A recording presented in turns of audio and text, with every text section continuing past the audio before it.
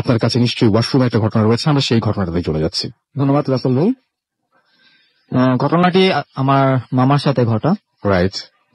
2007 সালে। তো আমার মামা তো মানে ব্যাচেলার, এখনো তিনি ব্যাচেলার। তো আমাদের তার আগে বলে নেই রাসেল ভাই, আমার বাড়ির 4 তলা, ওইটা এখনো হন্টেড একটা জায়গা। এখানে এখনো অনেক কিছু হয়। তো ওই বাড়িতে যারা ভাড়া আসে তারা 1 মাসের বেশি কেউ থাকতে পারে না। তো আমার মামা চিন্তা করে যে আমাদের বাড়িতে এসে উঠবে, এই 4 তলায় উঠবে। তো আমরা অনেক মানা করার পরেও তিনি ওইখানে উঠে, আসলে উনি একটু সাহসী ছিলেন, তিনি এগুলো ভয় পেত না আর কি। তো তিনি যেদিন প্রথম উঠে বাড়িতে, ওই দিন রাত্রেবেলা তিনি 2টার দিকে মানে হেডফোন ছাড়া গান শুনতেছিল। তো এক পর্যায়ে তার জানালা নক করে। তো নক করার পর মামা অনেকবার বলে কে কে ওখানে। তো বলার পর মানে কোনো রেসপন্স না পেয়ে তিনি উঠে দরজা খুলে দেখে কেউ নাই। তো তিনি হয়তো সামান্য একটু ভয় পেয়েছিল। তারপর তিনি দৌড় পর আর কি ওখানে আবার এসে ঘুমায় পড়লেন। তো তার কিছুক্ষণ পর আবারও সেই নক। তো আবার যখন করলেন, তারপরে দেখলো কেউ নাই, এরকম করতে তিনি ঘুমায় পড়লেন। তো তারপরের দিন তিনি অফিস থেকে ফিরতে একটু দেরি হয়ে গেছিল। তো যখন তিনি বাসায় আসে তখন আস্তে আস্তে প্রায় 1:30টার মতো বেজে গেছে। তো ঘুমাইতে ঘুমাইতে 2টা বেজে যায়। তো যখন ঘুমায় পড়ে তিনি, তো 3:20 দিকে মামার ঘুম ভেঙে যায়। তো ঘুম ভেঙে যাওয়ার পর তিনি ওয়াশরুমে যাবে। তো ওয়াশরুমের দিকে যখন যায়, তো বাইরে থেকে একটা সাউন্ড শুনতে পাচ্ছে, মানে হাড় চাবাইলে যেরকম একটা সাউন্ড হয়। রাইট। তো যখন তিনি টয়লেট গেলেন, আর বলি রাসেল ভাই 3টা রুম পরে, মানে আমাদের বাড়ির টয়লেট 4 তলায়।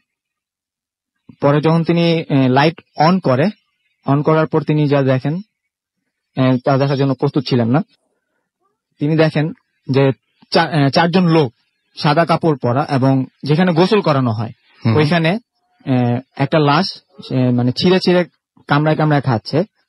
তো এটা দেখার পরে যখন লাইট জ্বালানোর পরে তখন ওই যারা ওই এগুলো খাচ্ছিল ওদের হয়তো খুব মানে ডিস্টার্ব ফিল হয়। তারপরে খুব মানে রাগান্বিত চোখে মামার দিকে তাকায়। তারপর তিনি ওইখানে সেন্সলেস হয়ে পড়ে যায়। তো পরের দিন সকালবেলা আমাদের কাজের বুয়া এখানে যে দেখে মামা সেন্সলেস অবস্থা পড়ে আছে। তারপরে মামাকে সবাই নিয়ে ঘরে যায়। ঘরে যাওয়ার পর একটা হুজুর ডাকে, আমার বড় মামা যিনি ছিলেন তিনি আমাদের মসজিদ থেকে একটা হুজুর ডাকে। হুজুর ডাকার পর যখন তার মানে সেন্স আসে, তো তারপরে মানে তিনি একটা অস্বাভাবিক আচরণ করতেছে, মানে দেখার পরে তিনি কাঁথা মুড়ি দিয়ে কাঁথার নিচে মানে গঙ্গাইতেছে। তো এটা করার পরে আবার ভালো মতো হুজুর পানি পড়া দিল, তার ঝাললো। তো তার কিছুদিন পরে আর মামা সুস্থ হয়ে গেছে। আচ্ছা, এই ছিল আপনার ঘটনা। তো আমি একটা কথাই বলবো যে আপনি বাথরুমে গিয়ে আপনার বাসার যে ওয়াশরুম, সেই ওয়াশরুমে আপনার অনেক পরিচিত ওয়াশরুম, সেই ওয়াশরুমে যদি দেখেন যেরকম কিছু মানে অচেনা লোক এবং একটা লাশ সেখানে শুয়ে আছে, না হলো যে সেই লাশটা ছেড়ে ছেড়ে খাচ্ছে, কিন্তু এইরকম একটা দৃশ্য যদি দেখেন বা শুধুমাত্র একটা লাশই যদি দেখেন আপনার বাথরুমটা খুলে, কেমন লাগবে? লাইট জ্বালালেন এবং সামনে দেখলেন লাশ। হ্যাঁ, অনেক ভয় লাগার কথা, এবং আমার ভাবতে অনেক বেশি ভয় লাগছে, এবং আশা করছি যে ঠিক একই রকম ভয় আপনাদেরও লাগছে। এনিওয়েজ, আমরা চলে যাব আমাদের পরবর্তী ঘটনায়। এই ঘটনাটি আমাদের লিখেছেন আমাদের একজন লিসেনার, যিনি আজকে এখানে উপস্থিত হতে পারেননি। আমি তার ঘটনাটি তার মতো করে পড়ে শোনাচ্ছি। তিনি লিখছেন, হ্যালো রাসেল ভাই, আমি লিমন চিটাগাংয়ে থাকি। এই ঘটনাটি ঘটেছে 1 বছরের বেশি সময় আগে, 2013-তে। তখন আমরা বগুড়া ছিলাম। আমি ছোট থেকে বড় হয়েছি ক্যান্টনমেন্টে, বাট ওইবার আব্বু একটা মিশনে বিদেশে চলে যাওয়ায় আমাদের ক্যান্টনমেন্টের বাইরে বাসা নিয়ে থাকতে হয়েছিল। একদিন রাত প্রায় 1টা বাজে, তখন আম্মু ব্লাড প্রেশার বেড়ে যায়, এবং আমার আম্মুর হাই ব্লাড প্রেশার ছিল। দেন আমি আম্মুকে নিয়ে ওই রাতেই 1টার দিকে, তখন 1টার মতো বাজে, এরকম একটা সময় আমাদের ক্যান্টনমেন্টের একটা হসপিটালে যাই, এবং ডক্টর আসেন আম্মুকে অ্যাডমিট করে আম্মুর বিপি কমে গেলে আম্মুকে রেখে আমরা বাসায় চলে আসি, অর্থাৎ নর্মাল হয়ে গেলে, মোটামুটি নর্মাল হয়ে গেলে বাসায় চলে আসতে হবে। রাত প্রায় 3টা বা তার বেশি হবে, তখন হসপিটাল থেকে আমি বের হলাম। ক্যান্টনমেন্ট থেকে বের হয়ে হাই রোডটা ক্রস করে আমাদের বাসায় যেতে হলে অনেকটা লম্বা একটা সরু রাস্তা দিয়ে যেতে হয়। ওই সরু রাস্তাটার কাছে যেয়ে পকেট থেকে মোবাইলটা বের করে ফ্ল্যাশ লাইট ধরে দেন যাবো ভাবছিলাম, বাট পকেটে হাত দিতেই দেখি মোবাইলটা নেই। সেটা আমি আম্মুকে দিয়ে এসেছি। গভীর অন্ধকার রাত, মেয়েরই তখন অমাবস্যা ছিল। উপায় না পেয়ে আমি হাঁটতে শুরু করলাম।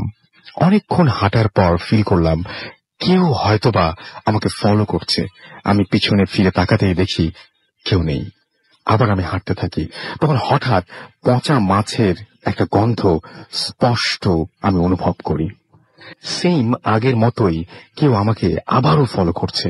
এবার পেছনে তাকিয়ে কাউকে দেখতে পেলাম না, বাট আমার বাম পাশে একজন লোককে দেখতে পেলাম।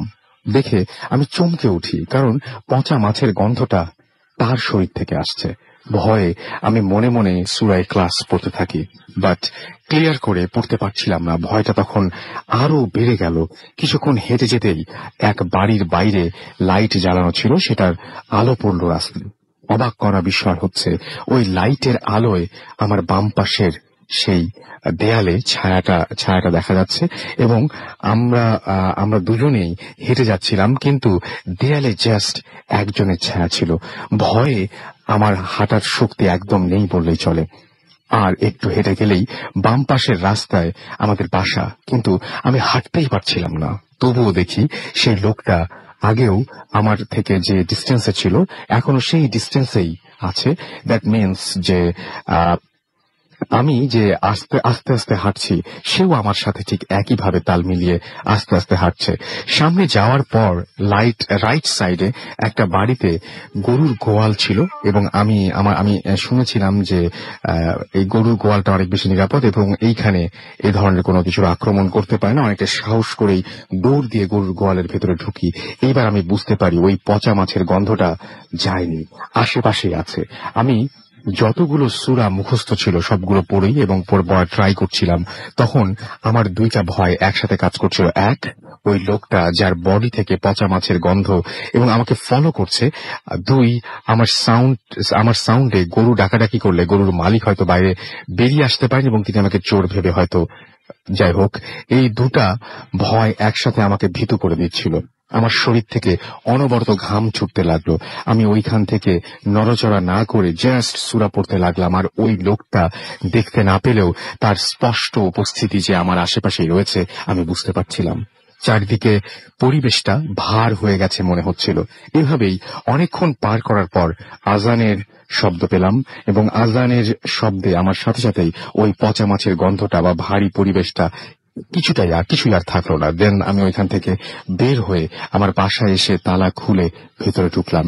এন্ড তারপর আমার আর কিছুই মনে নেই। বাসায় আপু ছিল, কিন্তু ঘুমিয়েছিল। সকালে 10টার দিকে চোখ খুলে দেখি আপু আমার মাথায় পানি ঢালছে এন্ড আমাকে জিজ্ঞেস করছে আমি গেটের সামনে এসে ঘুমিয়েছিলাম কেন। আমি বলেছিলাম মাথাটা ঘুরে উঠেছিল, তাই এখান থেকে আর যেতে পারিনি। ওই দিন আমার খুব জ্বর হয়েছিল এবং এই ঘটনা আমি কাউকেই বলিনি কিছুক্ষণ, কেননা আম্মু যদি আবার কোনোদিন রাতে এরকম ভাবে কোনো অসুস্থ হয়ে যায় তাহলে হয়তো এই ঘটনা জানার পরে তিনি হসপিটালে যেতে চাইবেন না। আমাকে লিখেছেন এই ঘটনাটি চিটাগং থেকে। আমি একবার বলেছি, তারপর আরেকবার বলছি। শেহের আলী, আচ্ছা আমি লিমন বলেছিলাম, ইমন হবে, চট্টগ্রাম থেকে তিনি এই ঘটনাটি লিখেছেন। অনেক ধন্যবাদ আপনাকে ঘটনা পাঠানোর জন্য। কোনো একদিন হয়তো আপনার সাথে দেখা হয়ে যাবে স্টুডিওতে। এনিওয়েজ, আমরা চলে যাব আমাদের পরবর্তী অতিথির কাছে, এবং আমরা আপনার কাছে একটা ঘটনা জানতে চাই। আপনি নতুন এসেছেন একেবারে ভূত এফএম। আপনার নামটা একটু প্লিজ বলবেন এবং আপনি কোথা থেকে এসেছেন? রাসেল ভাই, আমি জাহিদ, আমি এসেছি ধানমন্ডি থেকে। শুনি আপনার ঘটনা। আমার জীবনে বেশ কিছু ঘটনা ঘটে যায়। আমি এখন আজকে যে ঘটনাটা আপনার সাথে শেয়ার করব, এটা আমার জীবনে ঘটে যাওয়া 2010 সালের একটি ঘটনা। আমি তখন সদ্য বাংলাদেশের একটি প্রাইভেট বিশ্ববিদ্যালয় থেকে ডিগ্রি নিয়েছি। প্রাইভেট বিশ্ববিদ্যালয় অ্যাকচুয়ালি বাংলাদেশের প্রাইভেট বিশ্ববিদ্যালয়গুলো দেখতে মানুষ যেটা মনে করে যে ডিগ্রিগুলোকে মানুষ মনে করে খুবই মানে হেন তেন একটা ডিগ্রি, তো সেই কারণে চিন্তা করলাম যে দেশের বাইরে গেলে কেমন হয়, যেইভাবে সেই কাজ অ্যাপ্লাই করা এবং ভিসা হয়ে গেল। তো ইউকে ভিসা ইউকে ভিসা পেলাম। আমার দিনটির কথা স্পষ্ট মনে আছে, দিনটি ছিল শনিবার 2010-এর শেষের দিকে, এমনই কোনো একটা দিন। আমি আমার হাতে আমার ভিসা পাওয়ার পরে আমি তো প্রচন্ড খুশি। আমি চিন্তা করলাম যে শেষ পর্যন্ত পেয়ে গেলাম ভিসা এবং আমি চলে যাচ্ছি দেশের বাইরে। এটা ভাবতেই খুব খারাপ লাগছিল, মিস করতেছিলাম আমার গ্রামটাকে। অ্যাকচুয়ালি আমি আমার জন্ম ঢাকা জেলার একটি নিভৃত পল্লীতে, ধামরাইতে। এটা ঢাকা জেলা শহর থেকে প্রায় 36 মাইল দূরে একটি গ্রাম। তো আমার ভিসা পাওয়ার সাথে সাথে আমি আম্মুকে মিস করতে শুরু করলাম। চিন্তা করলাম যে আজই আমি বাসায় যাব আম্মুর সাথে দেখা করতে। যাওয়ার আগে দেখা করতে যেতে চাই। অ্যাকচুয়ালি যাওয়ার আগে অনেকগুলো দিন সময় ছিল, কিন্তু মানে আমি চাচ্ছিলাম যে আজই দেখা করতে। আচ্ছা। দেশের বাইরে যাওয়ার খবর নাকি আকাশে বাতাসে উড়ে বেড়ায়। আমার ফ্রেন্ডরাও খবর পেয়ে গেল এবং সবাই আমার বাসায় ভিড় করতে লাগলো। তো ফ্রেন্ডদের সময় দিতে দিতে আমার অনেকটা সময় পার হয়ে গেল। রাত প্রায় 8টা বাজে। আমাকে আমার এলাকার শেষ বাসটা ধরতে হবে। তো আমি ওদেরকে কোনো মতে বিদায় করে আমি আমার ব্যাগ গুছিয়ে রওনা দিলাম গাবতলী বাস স্ট্যান্ডের উদ্দেশ্যে। তো বাস স্ট্যান্ডে পৌঁছে আমি অবাক বনে গেলাম, দেখলাম যে আমার এলাকার শেষ বাসটা চলে গেছে। কিন্তু কি আর করার, আমাকে যেতেই হবে আমার গ্রামে। তো আমি মানিকগঞ্জগামী একটা বাসে উঠে বসলাম। চিন্তা করলাম পথিমধ্যে একটা স্টেশন আছে কালামপুর নাম, সেখানে নেমে অন্য কোনো ভেহিকেল বা অন্য কোনো যানবাহন জোগাড় করে আমি আমার এলাকায় চলে যাব। তো যে ভাবা সেই কাজ। আমি রাত 11টা বাজে আমি পৌঁছালাম হচ্ছে কালামপুর বাস স্ট্যান্ডে। তো কালামপুর পৌঁছে আমি আরো অবাক বনে গেলাম যে কোনো যানবাহন আমি পাচ্ছি না। আমার এলাকাগামী কোনো লেগুনা কিংবা কোনো টমটম কোনো ধরনের কিংবা কোনো সিএনজি কোনো ধরনের যানবাহন নেই।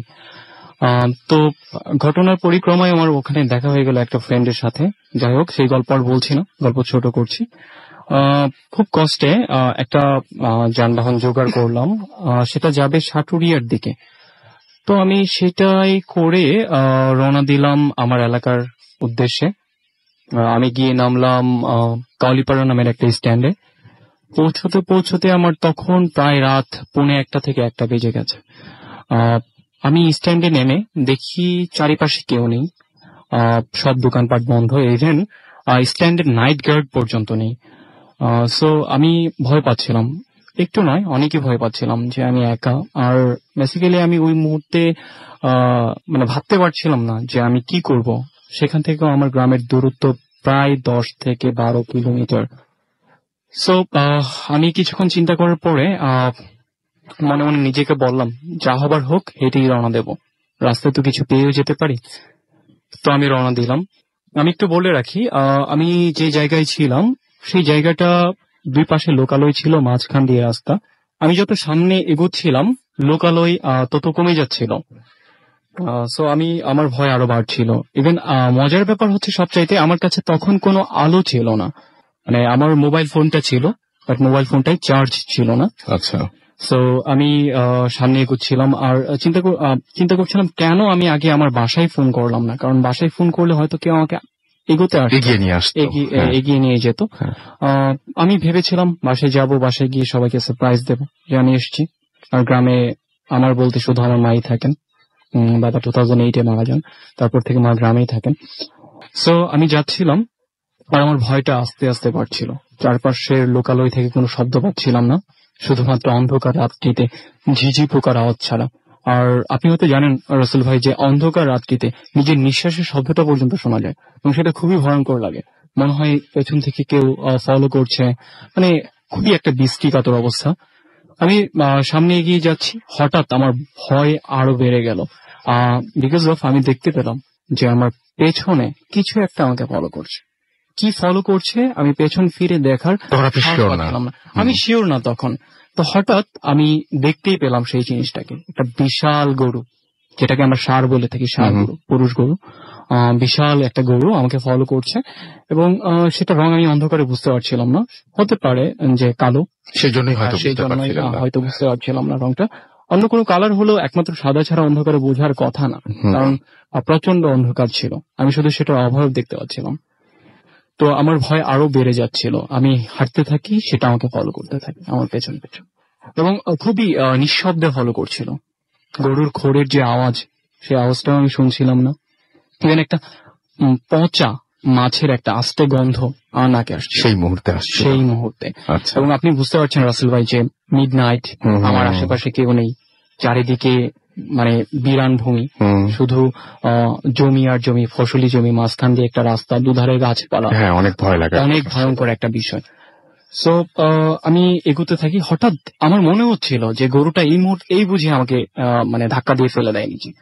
সো সেটা ভেবে আমি একটা বোকার মতো কাজ করে বসলাম, আমি একটা দৌড় দিলাম, এবং আমি যখন দৌড়ালাম দেখি আমার পেছনে পেছনে সেটাও দৌড়াচ্ছে, মানে আমি কোনোভাবেই সেটার সাথে দৌড়তে পারছি না। মানে মোটামুটি শিওর যে উনি মানে ওই গরু আপনাকেই ফলো করছে? হ্যাঁ, তখন আমি মোটামুটি না, তখন আমি 100% শিওর যে ওই গরু আমাকেই ফলো করছে, বাট আমি জানতাম না ওটা কি। সো দ্যাট মানে এমন হয়, আপনি যখন একটা গরুর সামনে পড়বেন, আপনি যখন দৌড়াবেন, গরু হোক কুকুর হোক, সেটাও আপনার পেছনে পেছনে দৌড়াবে, একটা কি হতে পারে। সো আমি এগোচ্ছি সামনে, এবং আমার মনে হচ্ছিল তখন সেটা দৌড়চ্ছিল না, সেটা হাওয়ায় ভর করে আসছিল। আচ্ছা। পথিমধ্যে আমি কাঠালিয়া নামের একটা গ্রাম আছে কালীপাড়া থেকে একটু দূরে, সেটা পেরোতে একটা ব্রিজ পড়ে, সেই ব্রিজটা পেরিয়ে একটু সামনে এগিয়ে গেছে, এবং তখন আমার ভয় বাড়িয়ে দিতে আরেকটা গরু কোথা থেকে যেন উদয় হলো। মানে যে গরুটা আমাকে ফলো করছিল সেটা রাস্তার বাম সাইড দিয়ে আসছিল, এবং ইট মাইট বি ব্ল্যাক, কিন্তু আমার সামনে যে গরুটা উদয় হলো সেটা ছিল হোয়াইট। আমি স্পষ্ট সেটার গরুটাই দেখতে পাচ্ছিলাম, সেটার কালার ছিল হোয়াইট। সো দ্যাট আমার তখন আর বুঝতে বাকি রইল না যে আমার সাথে কি খেলা করছে, কি সব বস্তু আমার সাথে খেলা করছে। এবং একটা কথা বলে রাখি যে আমি বেসিক্যালি এমন একটা ফ্যামিলি বিলং করি যেখান থেকে আমি ছোটবেলা থেকে এসেছি ধর্ম চর্চা, এবং আমি আরেকটা কথা বললাম যে আমি নিভৃত পল্লীর, আর পল্লীতে জিন ভূত এইসব ভৌতিক ঘটনা নিয়ে বেশি মানে আলোচনা সমালোচনা করা হয়। এবং আমি আমার ফুপির কাছ থেকেও একটা ব্যাকগ্রাউন্ড আছে, সেটা আপনি বলবেন তো সবাই বুঝতে পারবে। যে আমার বড় ফুপি, তার শাশুড়ির বেশ কিছু পোষ্য জিন ছিল, এবং আপনি এটাও বলছিলেন যে আপনাদের একটা সময়ে জমিদারিও ছিল। জি, it's very very very far away, সেটা ব্রিটিশ পিরিয়ডের আগে।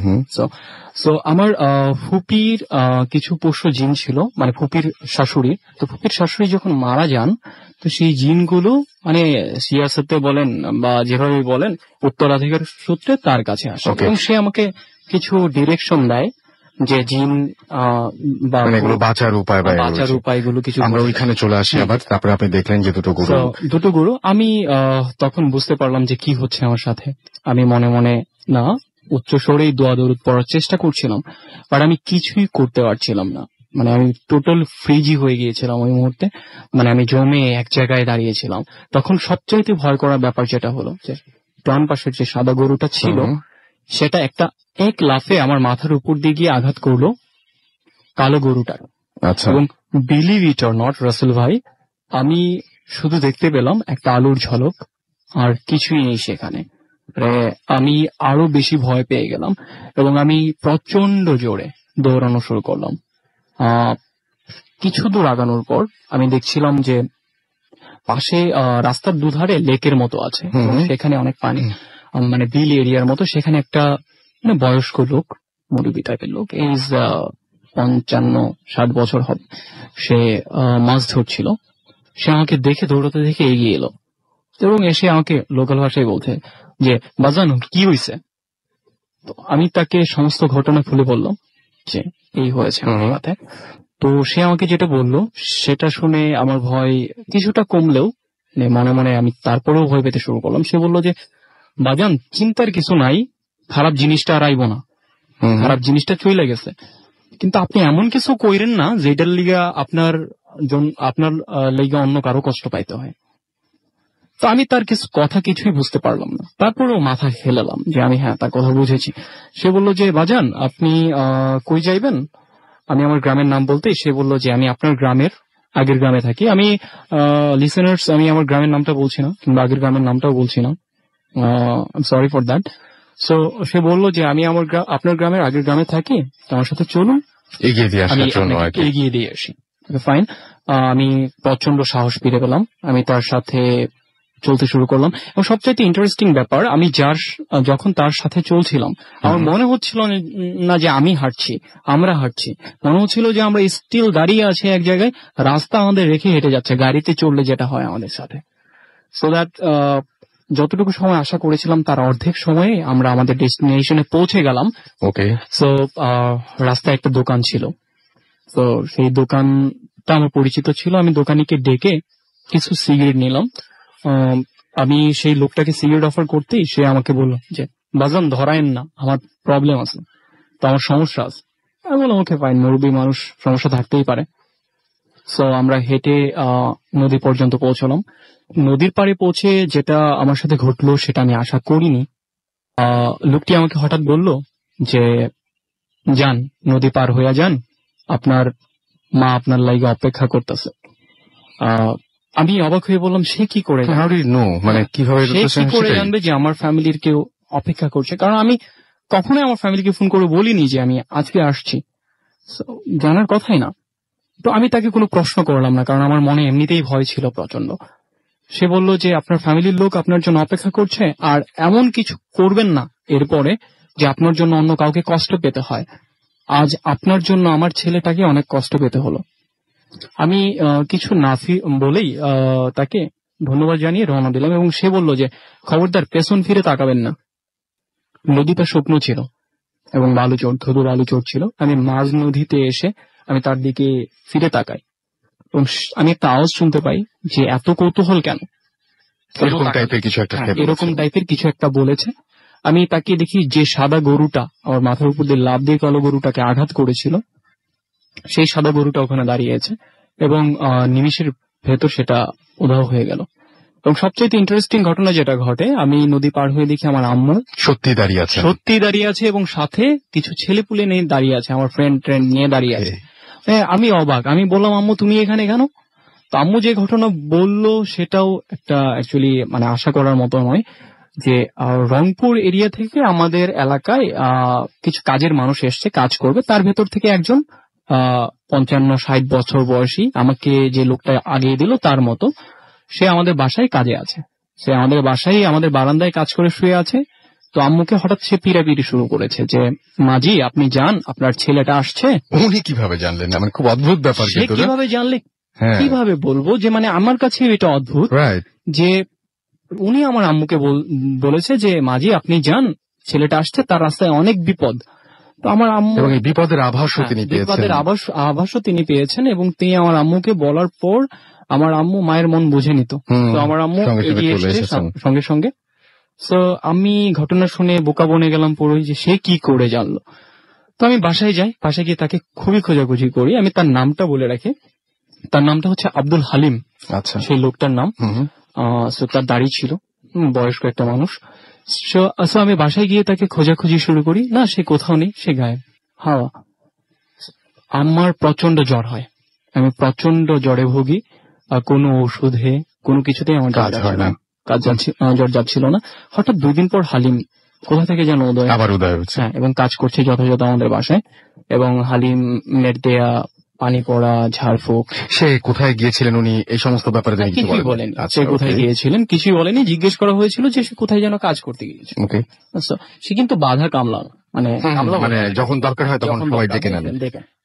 কোথায় কাজ করতে গিয়েছিল। সো দ্যাট তার দেয়া পানি টানি পড়া খেয়ে ঝাড়ফুঁকে আমার জ্বর সারে, এবং তার কয়েকদিন পর আমি ঢাকা ফিরে আসি এবং তার কয়েকদিন পর আমি ইউকে চলে যাই।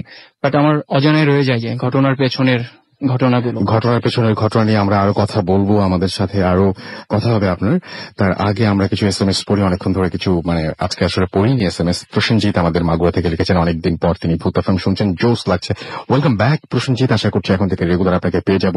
সুদীপ আমাদের লিখেছেন মীরাবাজার থেকে, অনেক খুলনা থেকে আমাদের SMS করছেন যে ফার্স্ট ইমেলটা দিয়ে স্টার্ট করলে অনেক ভালো হয়। আমাদেরকে প্রত্যয় লিখেছেন যে সেকেন্ড এবং থার্ড স্টোরিটা সেই রকম লেগেছে তাদের কাছে। দিনু কর্মকার আমাদের রাজশাহী থেকে লিখেছেন সেকেন্ড এবং থার্ড স্টোরি অনেক প্রশংসা করেছেন।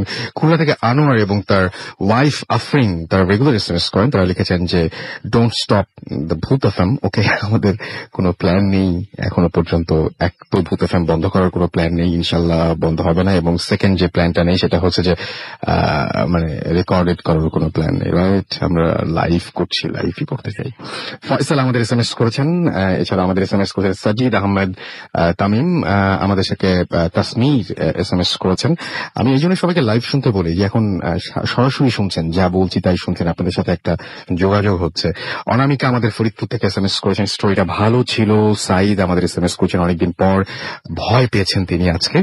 শহীদুল আমাদের এসএমএস করেছেন যে আজকে প্রথম এসএমএস করছেন তিনি আমাদেরকে। এছাড়াও এসএমএস করেছেন আপন সাহা ময়মনসিংহ থেকে। রফিক আমাদের এসএমএস করেছেন আমাদেরকে আকাশ, এবং তিনি লিখেছেন যে Bhoot FM best radio show মধ্যে best. Okay, thank you so much আমাদের সঙ্গে থাকার জন্য। আয়াতুল ইসলাম চরণ আমাদের এসএমএস করেছেন আমাদেরকে। ইমু এসএমএস করেছেন অ্যাডভোকেট মামুন। এছাড়াও এসএমএস করেছেন আমাদেরকে সোহান রাজশাহী থেকে। তিথি আমাদের এসএমএস করেছেন খুলনা থেকে। আপন আমাদের এসএমএস করেছেন ময়মনসিংহ থেকে। কৌশিক রাজশাহী থেকে এসএমএস করেছেন আমাদেরকে। দেখতে পাচ্ছি ফাহিম ভয় লাগছে লিখেছেন। সুমন জ্যাকসন হাসনাবাদ কেরানীগঞ্জ থেকে এসএমএস করেছেন আমাদেরকে। এছাড়াও অপূর্ব এসএমএস করেছেন, লিখেছেন কোয়াইট ইমপ্রেসিভ। আমাদেরকে বিপ্পো এসএমএস করেছেন নড়াইল থেকে। আমাদেরকে এসএমএস করেছেন অনামিকা ফরিদপুর থেকে। আপনি যদি এসএমএস করতে চান মোবাইলের মেসেজ অপশনে গিয়ে টাইপ করুন ফুর্তি FORTI ফুর্তি, স্পেস দিয়ে লিখুন আপনার নাম, স্পেস দিয়ে আপনার মেসেজ পাঠিয়ে দিন 9840 নাম্বারে।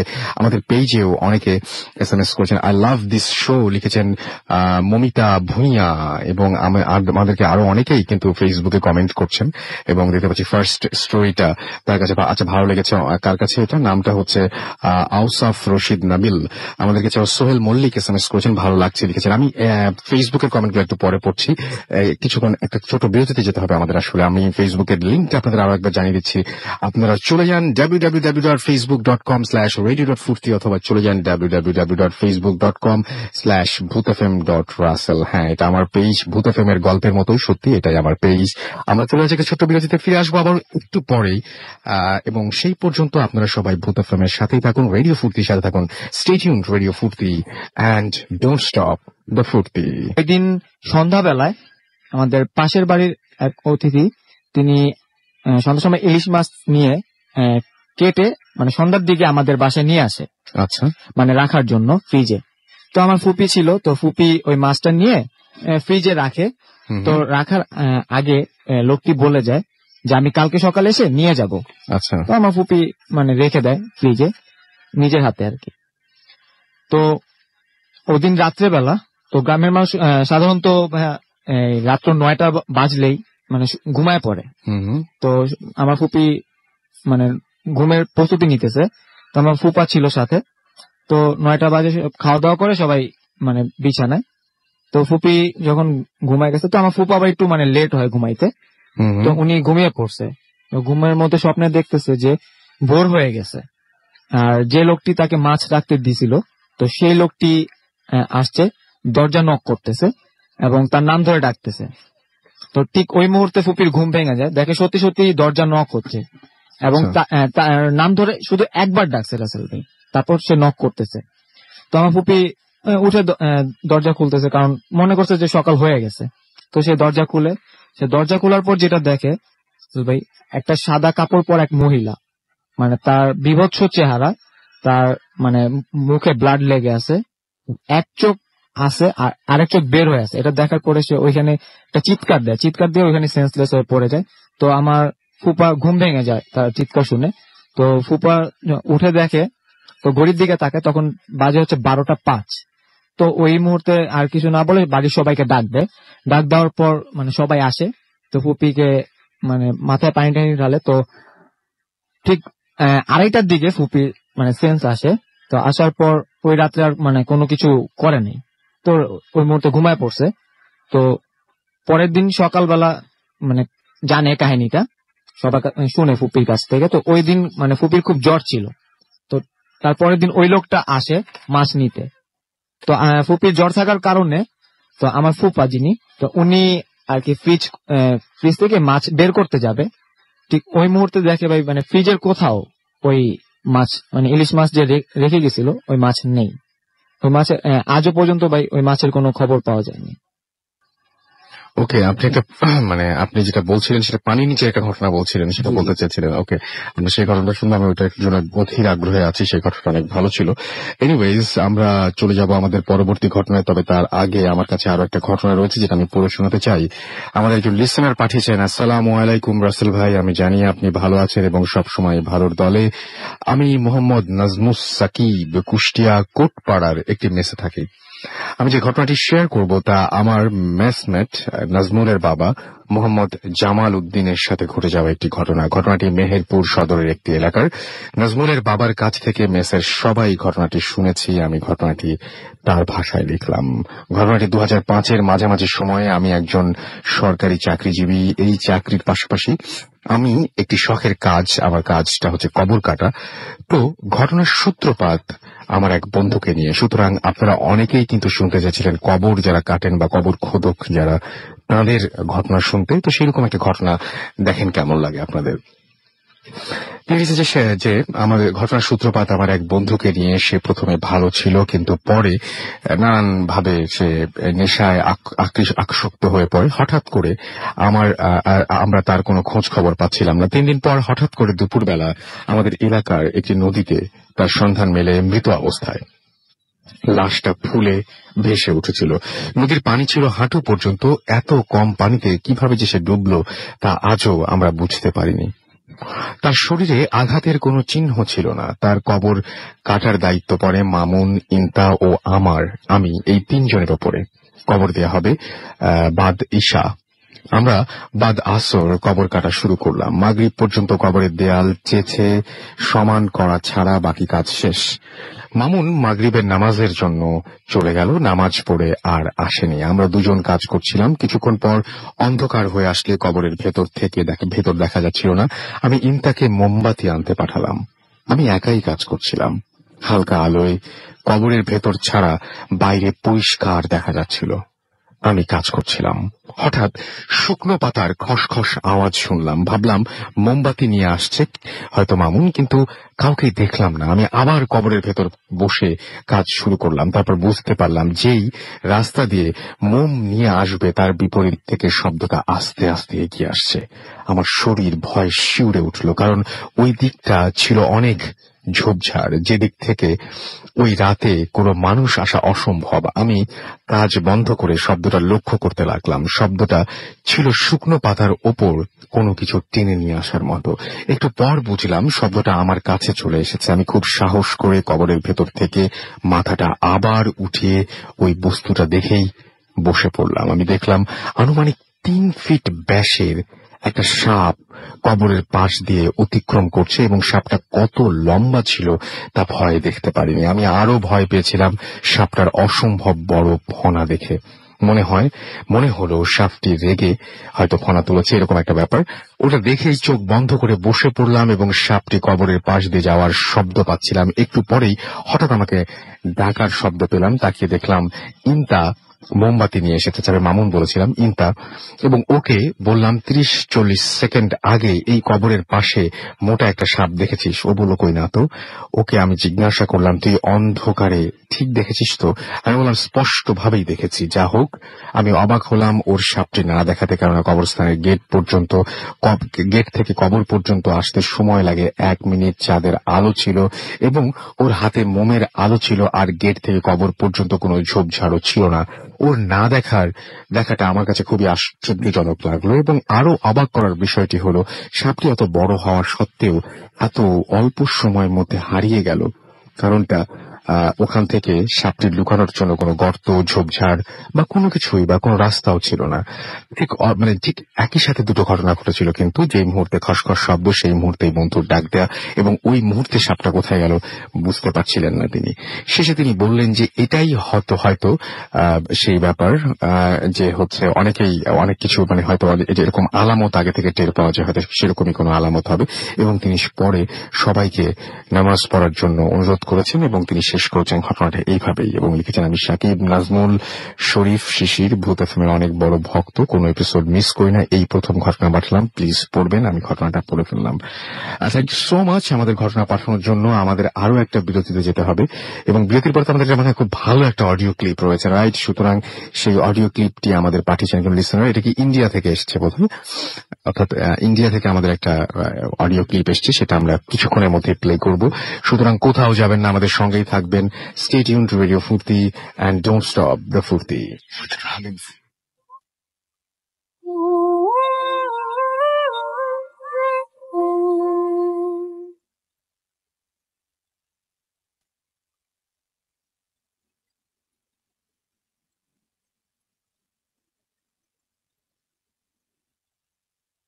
নমস্কার রাসেল ভাই, আমি অভিরূপ ত্রিপুরা থেকে বলছি।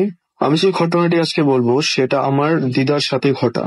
সম্পূর্ণটাই আমার দিদার মুখ থেকেই শোনা। তো ওদের বাড়ি ছিল কুমিল্লা ডিস্ট্রিক্টে কোনো একটা জায়গায়। টাইমটা ছিল অ্যারাউন্ড 1945 to 1950।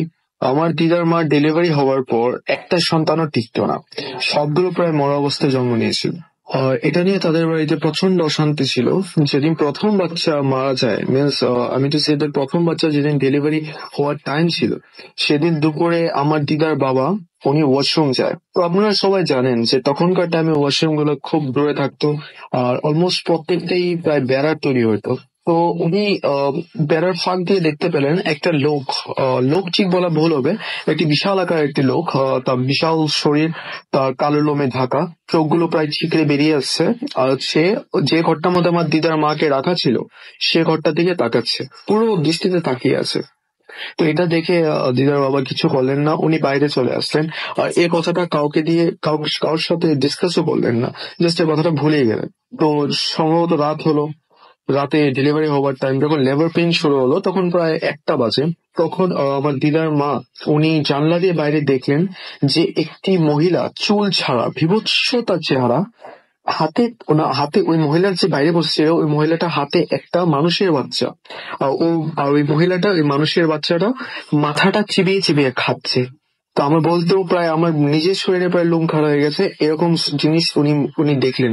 আর তখনই ওই যে মহিলাটা বাচ্চাটা চিবিয়ে খাচ্ছিল সে চিৎকার করে ওনার দিকে হাসছে, আর বিচ্ছিরি ভাবে চিৎকার করে হাসছে আর বলছে যে তোর বাচ্চাটাই খাচ্ছি, ওটা আর বাঁচবে না। উনি তখন চিৎকার যে সেন্সলেস হয়ে যান। সেন্স আসার পর ঠিক টাইম মতো ডেলিভারি হয় সেই রাতেই, বাট সত্যি কিন্তু সে বাচ্চাটা মারা যায়। উনি মরা বাচ্চা জন্ম দেন, আর ওই বাচ্চার গলায় হাতের দাগ স্পষ্ট পরিমাণে থাকে। জানি না আপনারা বিশ্বাস করবেন কিনা, বাট এটা সবাই যারা যারা ছিল ওরা সবাই দেখেছে যে বাচ্চাটা গলার মধ্যে নাকি গলা টিপে ফেললে যেরকম একটা দাগ বসে সেরকম একটা দাগ বসা ছিল। তো প্রায় প্রত্যেকবারই যখন ডেলিভারি হয় তখনই আমার দিদার মা একই মহিলাটাকে দেখতে পান, আর প্রায় একই ভাবে সেই মহিলাটা বিচ্ছিরি ভাবে হাসে আর বিচ্ছিরি ভাবে বলে যে তোর বাচ্চা বাঁচবে না, তোর বাচ্চাটাকে আমি মেরে দেবো। আর প্রত্যেকবারই মরা বাচ্চা জন্ম হয়। যখন 7ম বার ডেলিভারি হয়, যখন ডেলিভারি হওয়ার টাইম, তো সে সময়কার এটা কথা বলছি। তো তখন আমার দাদু ওই মহিলাটাকে দেখতে পান, প্রথমবার ওই মহিলাটাকেই দেখতে পান। আর ওই মহিলাটা আমার দাদুকে আসেও একই জিনিস বলে যে তোর বাচ্চা বাঁচবে না। তখন তিনি একজন ওঝার কাছে যান। ওঝা বাড়িতে আসে, বাড়িতে এসেই বুঝতে পারে যে something is wrong over there, আর সে কারণটাতেই বাচ্চাটা থাকছে না। তো অ্যাকচুয়ালি কি হয়েছে যে যে ঘরটাতে উনি থাকতেন, তো সে ঘরটার মধ্যে এই ঘরটি পজেস ছিল, আর এই ঘরটির মধ্যে একটি পেতনি থাকতো। তো গ্রাম অঞ্চলে যারা আপনারা শুনছেন, ওরা হয়তোবা যারা গ্রাম অঞ্চলে থাকেন তারা পেতনি বুঝতে পারবেন যে পেতনি কাকে বলে। শহরের অনেকে হয়তোবা বোঝে না, ঢাকা ডিস্ট্রিক্ট বলুন বা শহরের বড় বড় জায়গায় কলকাতা সাইডের জায়গাতে হয়তোবা তারা পেতনি বোঝে না, বাট গ্রামাঞ্চল থেকে যারা শুনছেন তারা হয়তোবা বুঝতে পারবেন যে বাড়িতে একটি পেতনি আছে। উনি আমার দিদার মাকে পজেস করে আছেন, যে ওনার মিনস দিদার মার ক্ষতি করতে চান, আর কোনো একটা কারণে ক্ষতি করতে পারছেন না, আর যে কারণে বাচ্চাটি একটা বাচ্চাও বাঁচে না, সবগুলো বাচ্চাও মরা হয়। তো যখন 7th টাইম ডেলিভারি হয় তখন আমার দিদার জন্ম হয়। ঠিক আছে, তখন দিদার জন্ম হয়, বাট প্রবলেমটা কি ছিল জানেন? সেদিন আমার দিদার মা উনি রাত্রেবেলা একইভাবে মহিলাটাকে দেখলেন। আর মহিলা কিন্তু সেদিন একটু অন্যরকম ছিল। মহিলাটা তার দিকে বিচ্ছিরি ভাবে হাসছিল, চিৎকার করছিল, সবকিছু করছিল, কাঁদছিল, সবকিছু করছিল এক্স্যাক্টলি অ্যাজ বিফোর, বাট ওদিন হাতের মধ্যে কোনো বাচ্চা ছিল না। তো সেটা দেখে আমার দিদার মা উনি আশ্বস্ত হলেন, শি ফেল্ট শিওর যে এবার হয়তো আমার সন্তান বাঁচবে। ঠিক আছে, এবার সন্তান বাঁচবে। তো এইভাবে ডেলিভারি হলো, দিদার জন্ম হলো। বাট ঘটনাটা এই ছিল যে আমার দিদার মা ওই দিন ডেলিভারি হওয়ার টাইমে উনি মারা যান। ডেলিভারি হওয়ার টাইমে মারা যান, দিদা বেঁচে ওঠে। তো তারপর সবকিছু হলো, দাহ হলো, শ্রাদ্ধ শান্তি কীর্তন সবকিছুই হলো। কিন্তু তারপর থেকে তাদের বাড়ির মধ্যে প্রচন্ড একটা অশান্তি, প্রচন্ড একটা বিচ্ছিরি একটা পরিবেশের সৃষ্টি হয়। আমার দিদাকে নিয়ে প্রচন্ড প্রবলেম শুরু হয়, উনি পজেসড আচরণ করা শুরু করেন। টোটালি বোঝা যায়, অনেকে দেখি বোঝা যায় যে না কিছু দ্বারা উনি পজেসড আছেন। তো আমার মানে দিদার বাবা যে উনি প্রচন্ড পরিমাণে টেন্সড হয়েছেন, ঠিক আছে, উনি ভয় পেতে শুরু করেন। সবসময় আমার দিদা একটা আচরণ, একটা অদ্ভুত টাইপের একটা আচরণ করেন। হ্যাঁ, কিছু একটা দেখে হয়তো বা চিৎকার করে চেঁচিয়ে ওঠেন, কিছু একটা দেখে চেঁচিয়ে ওঠেন। সবাই যখন রুমে যায় তখন দেখে কেউ নেই।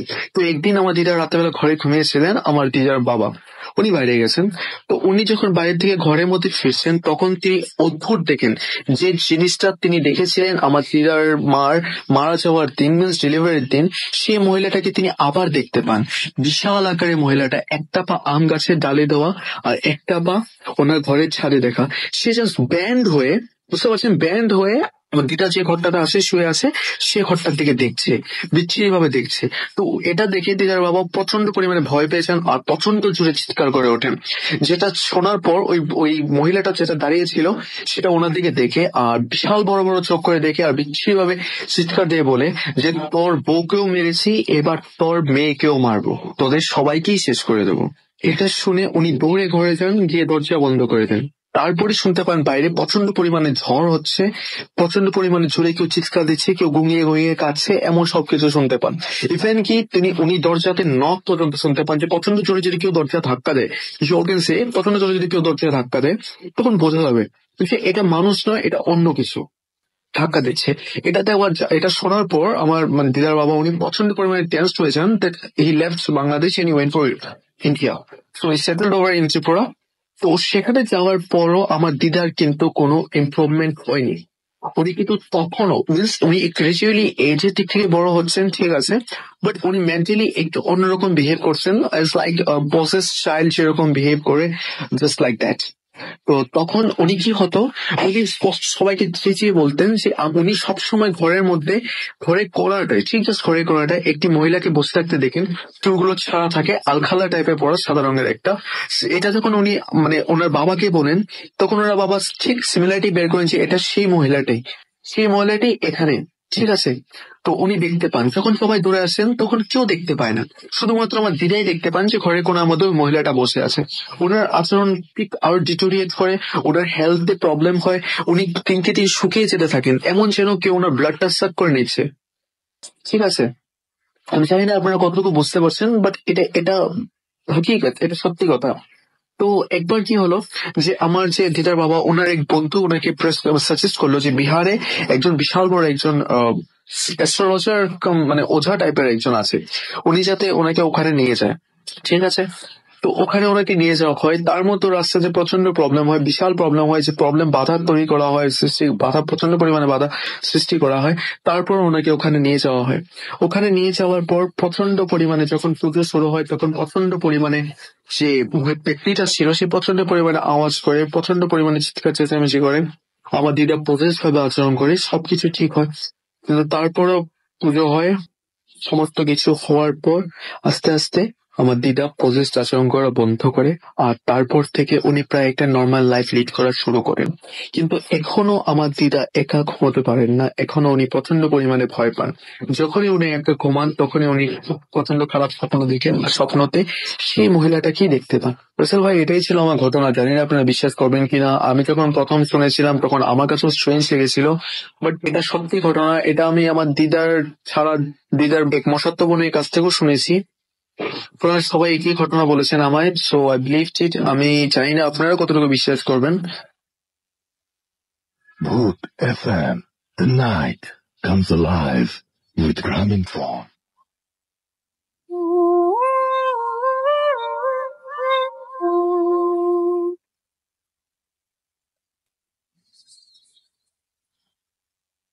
ওয়েলকাম ব্যাক, শুনছেন সবসময় রেডিও ফুর্তি 88.0 FM।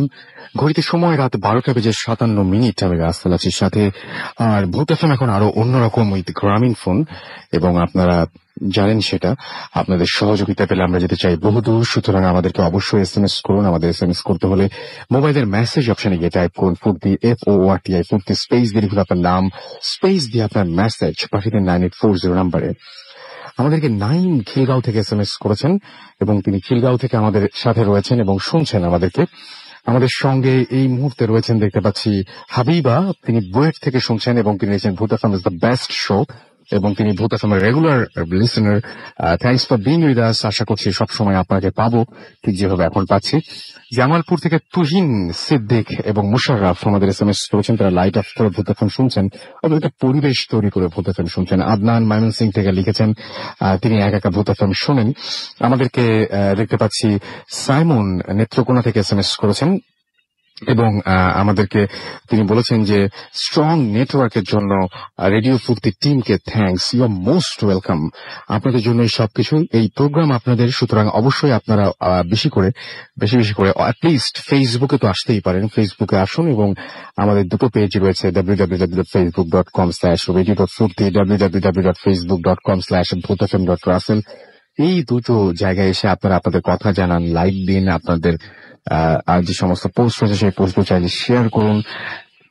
আরমান হোসেন আমাদের ময়মনসিং থেকে লিখেছেন, আমাদেরকে SMS করেছেন শুভ এবং তিনি মুন্সিগঞ্জ থেকে আমাদেরকে SMS করেছেন এবং আমাদেরকে দেখতে পাচ্ছি এছাড়াও SMS করেছেন দেখতে পাচ্ছি লাবিব, এছাড়াও আরশিতা আমাদের SMS করেছেন, এছাড়াও ফিরোজ আমাদের SMS করেছেন আহনাফ, এছাড়াও রোহান নাটোর থেকে আমাদের SMS করেছেন, আমাদেরকে মিজান SMS করেছেন টাঙ্গাইল থেকে, খুব ভয় লাগছে তার কাছে। সায়েম আমাদেরকে SMS করেছেন, শাম্য আমাদের SMS করেছেন প্লিজ রিড মাই SMS, আমি আপনার SMS রিড ইট। আচ্ছা ওকে, আমি আপনার SMS পড়ে ফেললাম।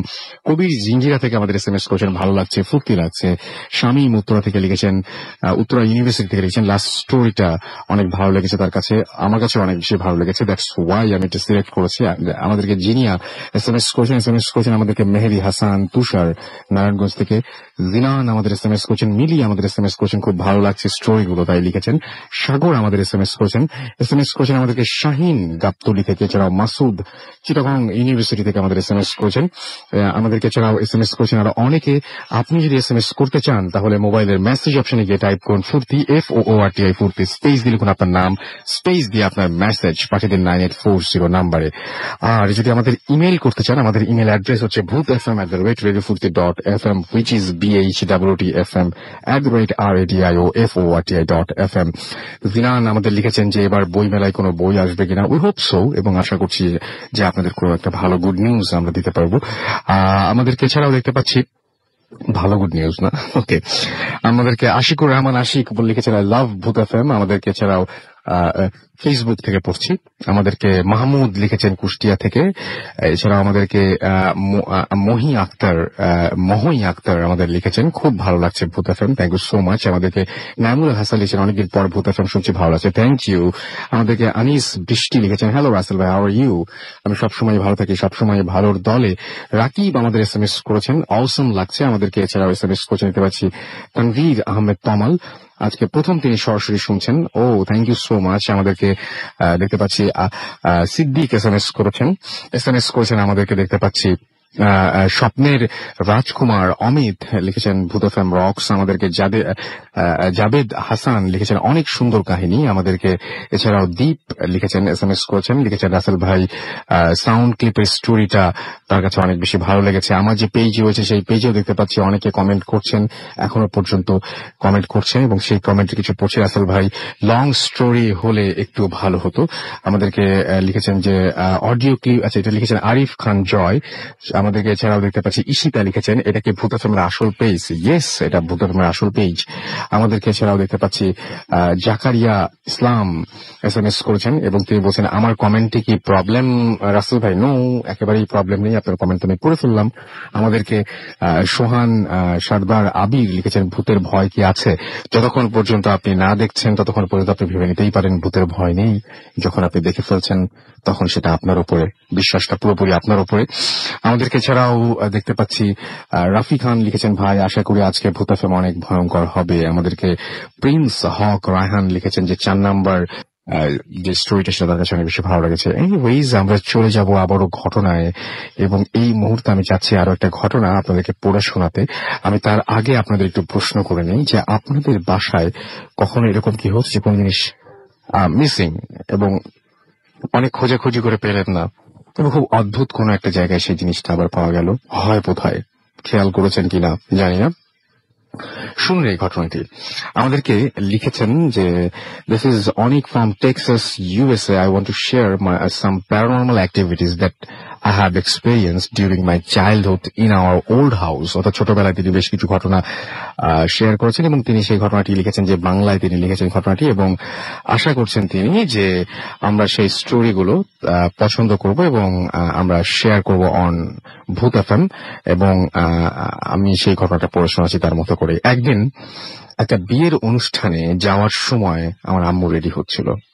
যেই হাত ঘড়িটা আম্মু পড়ে যাবে সেটা আগেই বের করে রেখেছেন।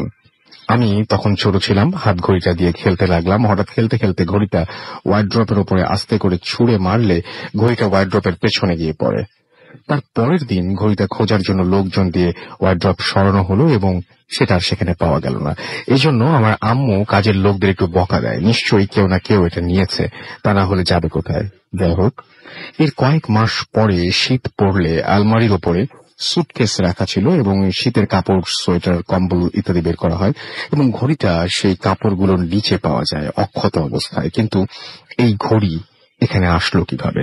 সুটকেস লক করা ছিল, অর্থাৎ কাজের লোকজন যদি কেউ নিয়েও থাকে তারা লক করা সুটকেসের ভেতরে ঘড়িটা মানে যেভাবে ভরতে পারবে ঠিক একইভাবে যিনি ছুঁড়ে মেরেছিলেন তিনি যদি ঘড়িটি ছুঁড়েই মারেন, সেটি ওয়ার্ড্রপের পেছন থেকে একা একা সুটকেস পর্যন্ত গেল কিভাবে?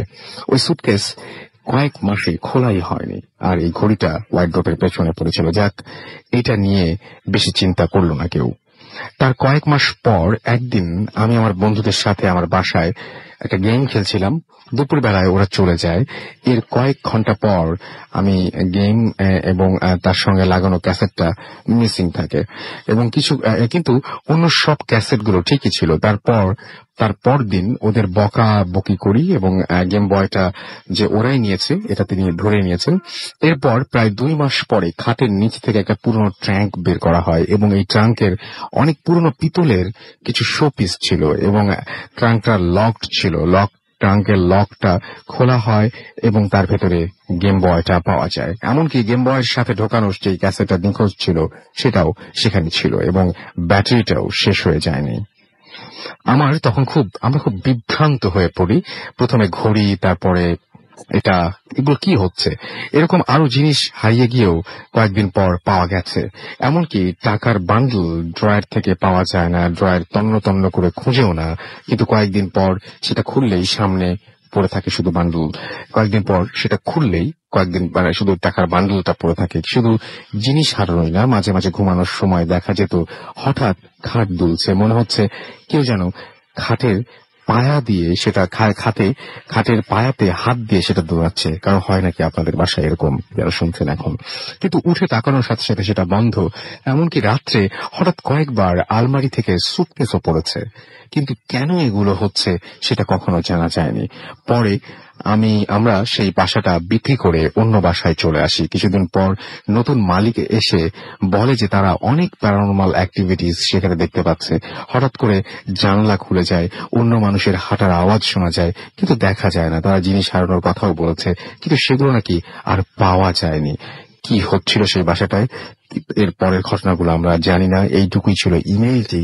এবং আপনাদের বাসাতে হয়তো এরকম মাঝে মাঝে খাট কাঁপলে আমরা কিন্তু অতটা পাত্তা দিই না, মাঝে মাঝে জিনিস একা একা পড়ে গেলে আমরা পাত্তা দিই না। আমার বাসায় আমার রুমের মধ্যে ভেতরে কয়েকদিন ধরে আমি আমার একদম অনেকবার শেয়ার করেছি, তারপরে প্রাসঙ্গিক বলে মনে হচ্ছে সেজন্য আমি বলছি যে কয়েকবার একদম তার নামিয়ে রাখা গিটার, সেই গিটারে আমি অদ্ভুত ভাবে কেউ বাজাচ্ছে আমার ঘরের ভেতরে, আমি সেটা শুনতে পেয়েছি। এবং নামানো তার, আপনার যারা গিটারিস্ট রয়েছেন বিশেষ করে তারা খুব ভালো বুঝতে পারবেন যে একটা গিটারের তার একদম যখন নামিয়ে রাখা হয় এবং সেটা যখন আবার বাজানোর সময় আবার যদি টিউন করে বাজানো, রেগুলার গিটারটা আমি বাজাচ্ছি, আবার টিউন করে রেখে দিচ্ছি, আবার তার নামিয়ে রাখছি ঘুমানোর সময়, কারণ কেউ গিটারটা প্লে করতো সেই জন্য তারটা নামিয়ে রাখা। এবং তারটা যখন নামিয়ে রাখা হয় সেই তারপরে কিন্তু আর গিটারটা বাজতো না। এবং অর্থাৎ টিউন করে রাখলেই সেটা বাজতো, এবং কয়েকদিন পরে সেই নামিয়ে রাখা তারের মধ্যে 3 নাম্বার তারটা হঠাৎ করে 2 নাম্বার হতে পারে, সেই তারটা হঠাৎ করেই ছিঁড়ে যায় এবং প্রচন্ড শব্দে আমি ঘুম ভেঙে জেগে উঠি এবং দেখি যে তারটা ছিঁড়ে গেছে। আমি জানি না যিনি রেগুলার গিটার বাজাতেন তিনি সেদিন তার অদক্ষ হাতে বা দক্ষ হাতে সেটা টিউন করতে গিয়ে ছিঁড়ে ফেলেছেন কিনা আমি ঠিক জানি না, কিন্তু সেরকম ঘটনা ঘটেছিল। কিন্তু যাই হোক, আমরা চলে যাব আমাদের পরবর্তী ঘটনায়। আমাদের আরো একজন লিসনার রয়েছেন, তার কাছে আমরা যাবো, তবে তার আগে আরো একটা ঘটনা শুনবো আপনার কাছে। আপনার নামটা প্লিজ আরো একবার বলবেন, তারপর আপনার ঘটনা শুনবো। listeners, it's Jahid again. So, আমি এখন যে ঘটনাটা বলবো এটা আমার সাথে কুয়ালালামপুরে ঘটে যায়। কুয়ালালামপুরে আমার সাথে অনেকগুলো ঘটনাই ঘটে, বাট আমার কাছে এই ঘটনাটা একটু বেশি নাড়া অন্যরকম দিয়েছিল লেগেছে। বলেই আমি এটা শেয়ার করতে চাচ্ছি। আমি কুয়ালালামপুরে বেশ কিছুদিন হয়ে গেল। বেসিক্যালি আমার প্রজেক্টের কাজ থাকলে আমি প্রচন্ড ব্যস্ত থাকতাম, আর যখন প্রজেক্টের কাজ থাকতো না আমি পুরোপুরি ফ্রি থাকতাম। তো আমার অ্যাকচুয়ালি জায়গা হয় কোম্পানির পক্ষ থেকে, এটা কুয়ালালামপুরের বাইরে সেলিংগড়ে, কুয়ালা সেলিংগড়ে দামানসারা পাড্ডানা নামের একটা এরিয়াতে। তো আমি Okay. কুয়ালালামপুর ছেড়ে চলে যাই দামানসারা পাড্ডানাতে। আমি বলে রাখছি, আমার যে রেসিডেন্সিয়াল হাউসটা ছিল, that was Armani terrace, one of the most luxurious apartment house in Malaysia. So আমি ওখানে থাকতাম একটা ডুপ্লেক্স ফ্ল্যাটে আমার এক কলিগের সাথে। আমরা দুজন মাত্র ছিলাম। সো আমি এবং আমার কলিগটা ছিল ব্রিটিশ, নাম জন। সো আমরা দুজনেই ছিলাম। তো আমাদের কাজ ছিল না হাতে, সারাদিন ঘুমাতাম। মানে বেকার জীবনে যেটা করে আর কি ছিল, সারাদিন ঘুমাতাম, সারা রাত নেট সার্ফিং করতাম। আর আপনারা বন্ধুরা জানেন যে দেশের বাইরে ইন্টারনেট সংযোগ যদি আপনি ব্রডব্যান্ড নিতে চান তাহলে আপনাকে অনেক মানে ধকল পোহাতে হয়, ভেরিফিকেশন, অনেক কিছুর ব্যাপার আছে। তো আমরা ব্রডব্যান্ড ওই নতুন জায়গায় গিয়ে নিয়েছিলাম না। সো আমরা ইউজ করতাম একটা router, wifi router, that was unify. আমার স্পষ্ট মনে আছে, ইউনিফাই কোম্পানির একটা পকেট রাউটার ছিল আমাদের। সো আমরা রাউটার ইউজ করতাম, আমি এবং আমার ফ্রেন্ড যে আমার কলিগ ছিল। তো হঠাৎ ওর একটা কল আসে ওর দেশ থেকে, কোনো একটা কারণে ওকে চলে যেতে হয় ইউকেতে। সো আমি একা হয়ে পড়ি, একেবারে অ্যালোন টোটাল বাসাটাতে। সো মানে ভয় করছিল না সেটা না, যেহেতু আপনারা জানেন যে মালয়েশিয়ার 70% হচ্ছে গিয়ে বন, 30% হচ্ছে লোকালয়। সো আমার অ্যাপার্টমেন্ট হাউসটা ছিল বনের এবং পাহাড়ের মাঝখানে। প্রচন্ড ভয় করছিল নিজের। চিন্তা করলাম যে ডাউন স্টেজে নেমে আমি একটু নেট সার্ফিং করি। সো নেট সার্ফিং করতে গিয়ে দেখি আমার মডেমটা নেই, রাউটারটা নেই। তো আমি চিন্তা করলাম কোথায় গেল এটা। তো জন ইউকেতে পৌঁছানোর পর আমাকে ফোন দেয় এবং ফোন করে বলে যে আমি ভুলে রাউটারটা নিয়ে এসেছি, আমার ব্যাগের সাথে চলে এসছে। তো কি আর করার ছিল, তো আমি একটু দূরে একটা মামাত ক্যাডাই ছিল। মামাত ক্যাডাই হচ্ছে আমাদের এরিয়াতে যে নর্মাল হোটেল বা রেস্টুরেন্ট গুলো থাকে খাবার, তো ওখানে তামিল রেস্টুরেন্ট গুলোকে মামাত ক্যাডাই বলা হয়। সো মামাত ক্যাডাই ছিল, আমি ওখানেই খেতাম। ডিনারের পর আমি পাশে একটা সাইবার ক্যাফে ছিল, সেটা তেমন ভালো কোনো মানের সাইবার ক্যাফে ছিল না। ওখানে গ্যাম্বলিং হতো, জ্যাকপট নামের এক ধরনের জুয়া ছিল, সেটা খেলা হতো সাইবার ক্যাফেতে। তো আমি ওখানেই নেট সার্ফিং করতাম, খুব চিপ ছিল, দ্যাটস ওয়াই। সাইবার ক্যাফেতে সারা রাত সাইবার ক্যাফে খোলা থাকতো। সাইবার ক্যাফেতে প্রায় 12টা পর্যন্ত ভিড় থাকতো, তারপর ভিড় থাকতো না বললেই চলে, কোনো লোক থাকতো না। আমি খুব চিপে ওখানে নেট সার্ফিং করতাম। 11টার দিকে ঢুকতাম, বেরোতাম ফজরের আজানের আগার দিয়ে বেরিয়ে আমি আমার বাসায় চলে আসতাম। তো একদিনের ঘটনা, আমি সাইবার ক্যাফেতে আছি। সো আমি নেট সার্ফিং করছি। সব হঠাৎ আমি দেখতে পেলাম আমাদের ওই সাইবার ক্যাফেটার ইটা এমন ছিল, ইন্টারেস্টটা এমন ছিল যে রাত্রি 12টার পরে, মানে 11:30টার পরে সাইবার ক্যাফের গেটটা বন্ধ করে দেওয়া হতো। বাইরে থেকে ডোর বেল দিলে দেন সাইবার ক্যাফের রক্ষণাবেক্ষণের দায়িত্বে যে ছিল সে গেট খুলে দিত, তারপর কেউ ঢুকতে পারতো, কারণ ওখানে অনেক সময় পুলিশ ফেট হতো জ্যাকপটের কারণে। তো আমি বসেছিলাম, আমি বসে নেট সার্ফিং করছিলাম। হঠাৎ কোনো ডোর বেল নয়, কিছু নয়, দেখি দরজা ওপেন করে একটা লোক আসে। আর সাইবার ক্যাফেটা এমন ছিল যে একটা স্ট্রাকচার ইনফ্রাস্ট্রাকচারটা এমন ছিল যে একটা স্ট্রাকচারের মাঝে 3টা কম্পিউটার। সো আমি যে কম্পিউটারটাতে বসে আছি, লোকটা এসে আমার পাশের কম্পিউটারে। তো আমি তাকিয়ে দেখি সে কে, তো আমার পরিচিত একটা লোক। আমি বলে রাখি, কুয়ালালামপুরে আমি একটা বিশাল ঝামেলায় পড়ে গিয়েছিলাম। তো আমাকে এক police officer, investigating officer mister Jafri নামের, সে আমাকে এই ঝামেলা থেকে আর কি উদ্ধার করে। তো আমি দেখি সেই লোক সেখানে। তো আমি দেখে তো অবাক যে হাই মিস্টার জাফরি, কি খবর, কেমন আছে? তো সে আমার সাথে যথারীতি কথা বলা শুরু করলো। আমরা অনেক কথা বললাম। সে আমি যখনই সিগারেট খাচ্ছিলাম, তো সে তখনই আমার কাছে সিগারেট চাচ্ছিল, বলছিল যে আপনার সিগারেটটা দেন। ওনারা আবাং বলে সম্বোধন করছিল, আবাং মানে ভাই বাংলাদেশি ভাষায়। সো আবাং, আপনার সিগারেটটা, আপনার রোককটা দেন। তো আমি ওনাকে বারবার, উনি আমার সিগারেট চাচ্ছিল, কিন্তু আমি সেটা না করে আমি ওনাকে বারবার নতুন সিগারেট দিচ্ছিলাম এবং লাইটারটা সাথে দিচ্ছিলাম। বাট আমি লক্ষ্য করছিলাম না সে সিগারেটটা ধরাচ্ছে কি ধরাচ্ছে না। তো আমি নেট সার্ফিং এ বিজি ছিলাম উনিও। তো ফজরের আজানের আগ মুহূর্তে উনি বললো যে আমার কিছু কাজ আছে, আমি কাজটা সেরে তারপর কুয়ালালামপুর চলে যাব। বেসিক্যালি মিস্টার জাফরি বাসা ছিল দামানসরা পারদানাতে। তো আমি ওনাকে বিদায় দিলাম, মানে সদাহাস্যোজ্জ্বল মুখে বিদায় দিলাম। তো উনি চলে গেল ওখান থেকে। আমি অ্যাবনর্মাল বা প্যারানর্মাল কিছুই দেখতে পারলাম না সেখানে, যে এটা নর্মাল, আমার পরিচিত লোক দেখা হয়েছে, সে আমার সাথে কথা বলেছে, চলে গেছে। তো আমার তার পরের দিনই আমার কুয়ালালামপুর একটা ফ্রেন্ড ছিল। তো আমি ফ্রেন্ডের কাছে ফোন করে বললাম, এই জানিস ঘটনা হয়েছে কি? তো বল কি হয়েছে। আমি বললাম যে আমাদের সেই ইনভেস্টিগেটিং অফিসারের কথা মনে আছে, যে মিস্টার জাফরি? হ্যাঁ মনে আছে। আমি বললাম, ওনার সাথে তো আমি গতকালকে রাত্রিতে অনেকক্ষণ আড্ডা মারলাম ক্যাফেতে।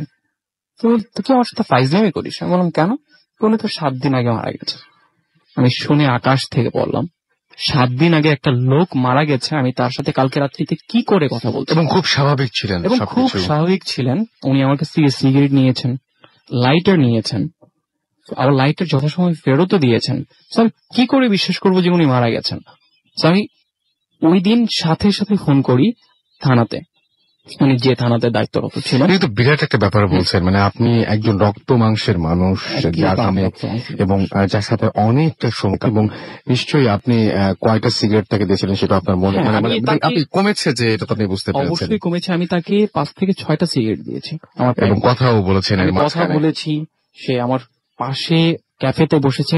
বেসিক্যালি ক্যাফেটা এমন ছিল, খুবই অন্ধকারচ্ছন্ন একটা ক্যাফে ছিল। ক্যাফে যে ছেলেটা ছিল সে হয়তো কিছু লক্ষ্য করেনি, বিকজ অফ সে ছিল পাথরের যে তার টেবিলটা ছিল, সে টেবিলের পেছনে ঘুমোচ্ছিল। মোট কথা কেউ ডোরবেল না দিলে তো সে খুলবে না। মোট কথা আমি একাই বলা চলে ইন্টায়ার ক্যাফেতে। ক্যাফেটা অনেক বড় ছিল। সো আমি কথা বলেছি, রক্তমাংসের মানুষ, সে মারা গেল, কিভাবে সম্ভব হতে পারে? আমি থানাতে ফোন করলাম। থানাতে ফোন করে আমি তাকে বললাম যে টক উইথ মিস্টার জাফরি। থানা থেকে বললো যে he has been passed away before 7 days. হ্যাঁ, আমি মানে তখন দ্বিতীয়বারের মতো আকাশ থেকে বললাম সম্ভব না। আমি বেসিক্যালি ঘুম থেকে খুব তাড়াতাড়ি উঠি না, 12টা-1টা বাজে আমার যেখানেই থাকি। তো সেদিন খুব সকালে ঘুম থেকে উঠলাম এবং মাত্র 5 রিঙ্গিত থেকে 6 রিঙ্গিত হচ্ছে দামানসরা পারদানা থেকে কুয়ালালামপুর সেন্ট্রালে ট্যাক্সি ভাড়া।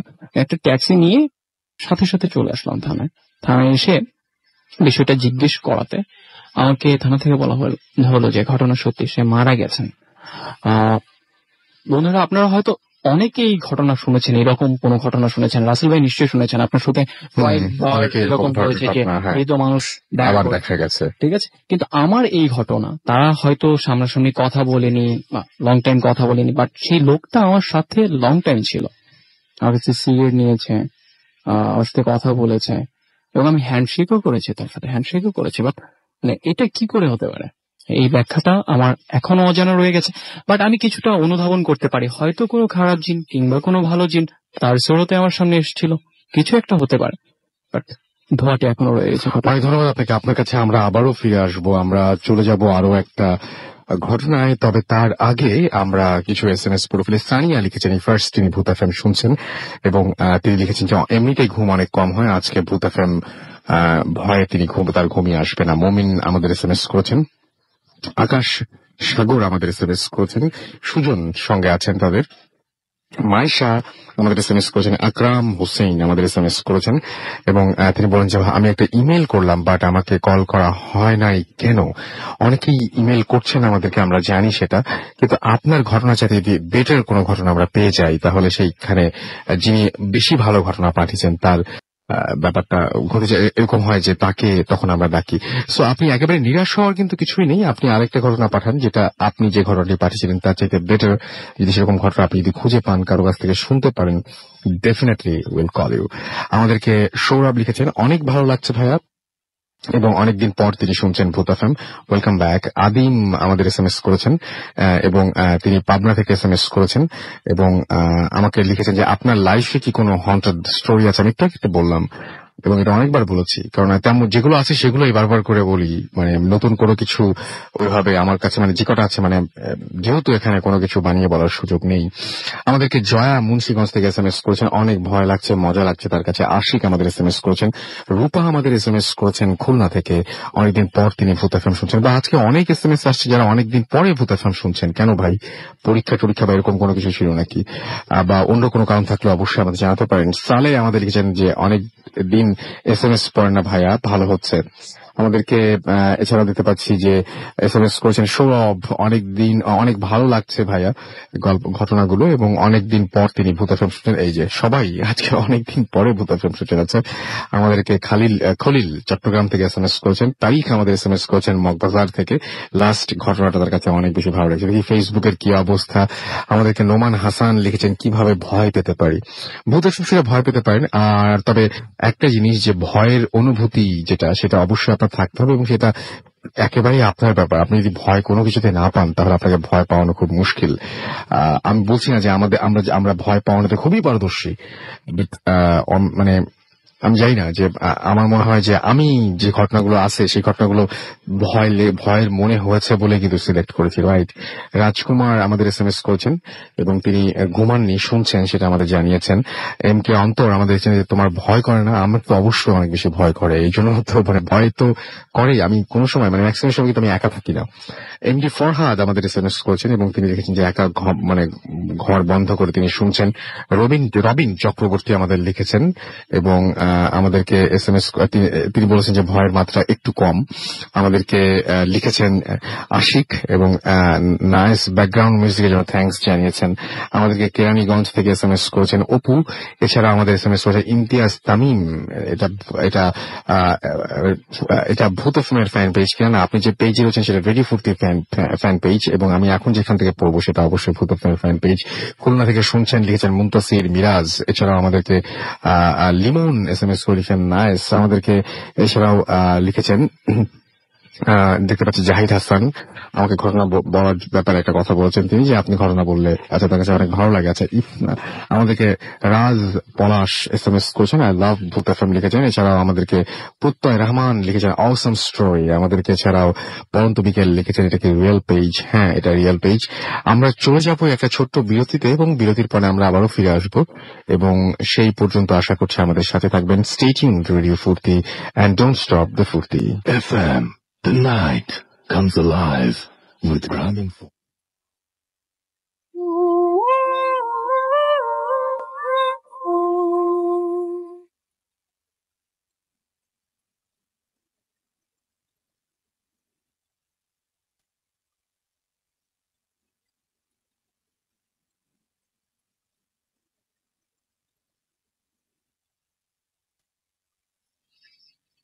হ্যালো, আসসালামু আলাইকুম রাসেল ভাই। আমি মাহবুব বলছিলাম চিটং থেকে।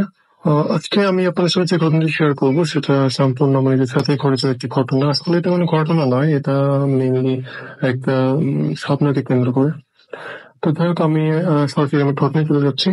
আমার সাথে ব্যাপারটা ঘটে 2012 এর দিকে, যখন আমি মেডিকেল কোচিং করার জন্য ঢাকা ছিলাম। তো সেখানে পূর্ব রাতাবাতি নামে একটা জায়গায় থাকতাম। তো প্রথমে একটা কথা বলতে গেলে বলা যায় যে সেই সময়টাতে আজ টিনেজার আমার আসলে এমন একটা জিনিস হচ্ছিল যে আমি ধর্ম থেকে দূরে সরে যাচ্ছিলাম। আমার কাছে মনে হচ্ছিল নামাজ কালাম বা এই ধরনের যে রিলিজিয়াস ব্যাপারগুলো থাকে সেগুলো মানছিলাম না। আর একটা কথা বলে নেওয়া ভালো যে আমার ফ্যামিলির সবাই কিন্তু অনেক বেশি রিলিজিয়াস। তো ঘটনাটি যেদিন আমার সাথে ঘটে ওই দিন ছিল বৃহস্পতিবার রাতে। আজ ইউজুয়াল আমি আমার স্টাডি কমপ্লিট করে দেড়টার দিকে চলতে গেলাম, যতটুকু ভালো করে মনে নেই। তো আমার যতটুকু মনে হচ্ছে যে খুব তাড়াতাড়ি আমি ঘুমিয়ে পড়েছিলাম। তো একটা পর্যায়ে গিয়ে আমি স্বপ্নটা এরকম দেখলাম যে আমাদের গ্রামে একজন লোক মারা গেছে, যে লোকটা আসলে আমরা কেউ চিনি না। তো গ্রামের সকলে মিলে সিদ্ধান্ত নিলো যে লোকটাকে তারা দিবে আর কি, সেই জন্য তারা গোসল করিয়ে লোকটাকে নিয়ে গেল মাঠের একটা মধ্যে। মাঠে নিয়ে যাওয়ার কারণ হচ্ছে যে আসলে মেনলি তার যে জানাজার নামাজ হবে সেটার জন্য। আর সকলে লোকটাকে কড়া রোদের মধ্যে মাঠে রেখে সবাই সত্যি করছিল। তবে একটা বিষয় বলে রাখা ভালো যে আমি সে স্বপ্ন দেখলাম যে আমার সাথে যে লোকগুলো গেছিল ধরে কাউকে আমি চিনি না। তো একটা পর্যায়ে গিয়ে এমন হলো যে আমি আমার সাথে চেনা বলতে যে লোকটা ছিল সে আমার দাদা। আর তিনি আমার সাথে গিয়েছিলেন, তার সাথে একটা ছাতি ছিল, যেহেতু অনেক রোদ ছিল তাই তিনি ছাতি নিয়ে বসেছিলেন। আমিও তার পাশে বসলাম একটু পাশে আর কি বলা যায় একটু দূরে। তো সবাই যখন অপেক্ষা করছিল মোসাইফের জন্য, এমন সময় আসলে মৃত যে ব্যক্তিটি ছিল সে সবচেয়ে বেশি আশ্চর্য করে জেগে উঠলো। সবাই তখন মানে চোখ খারাপ অবস্থা। তো আসলে আমি সবচেয়ে ভয় পেয়ে যাই এই মুহূর্তে, এবং সে লোকটি উঠেই সর্বপ্রথম যে কথাটি জিজ্ঞেস করে কারোর দিকে না তাকিয়ে সে আমার দিকেই তাকায়, এবং সে আমাকে জিজ্ঞেস করে এই ছেলে তোমার বাবার নাম কি? আসলে প্রশ্নটা শুনে আমি অনেক খারাপ লেগেছিলাম। আর সবচেয়ে বড় কথা যে আসলে মানে ব্যাপারটা সে এমন ভাবে করলো আমার কাছে মনে হচ্ছিল সব জেনুইন, আমি স্বপ্ন দেখা সত্য মনে হচ্ছিল সেটা আমি বাস্তবই দেখি। তো একটা পর্যায়ে আমি অনেক ভয় মানে গলায় চাপা চাপা অবস্থাটা করতে গেলাম যে হ্যাঁ ওর নাম এটা। তো তারপরে তিনি আমাকে তাকে আঙুল দেখালেন। তো আমি তো জানি যে পাশে কেউ নেই, পাশে আমার দাদা ছিলেন। তো উনি তো দাদার দিকে আঙুল দিয়ে বললেন এই লোকটাকে চিনিস? তো আমি দাদার দিকে না তাকিয়ে বললাম যে হ্যাঁ চিনি, আমি তোমার দাদা। একটা পর্যায়ে উনি আমাকে বললো যে ইনি কি বেঁচে আছেন? তো আসলে আমার ততক্ষণে মনে ছিল না যে আমার দাদা তো ট্রেনের দিকে মারা যায়। তো যখন আমার কথাটি বললো আমি আসলে সবচেয়ে বেশি আশ্চর্য হই না আমার দাদা তো বাঁচে নেই।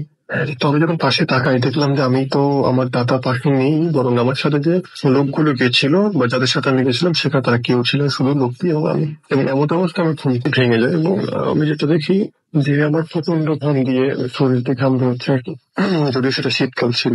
তো তারপরে আমি আসলে মানে খুবই প্রচন্ড রকম ভাবে ভয় পাই। এবং যদিও আমি যে রুমটা ছিলাম সেটা একা একটা রুমে ছিলাম, ছোট একটা রুম ছিল, মেসের একটা ছোট রুম।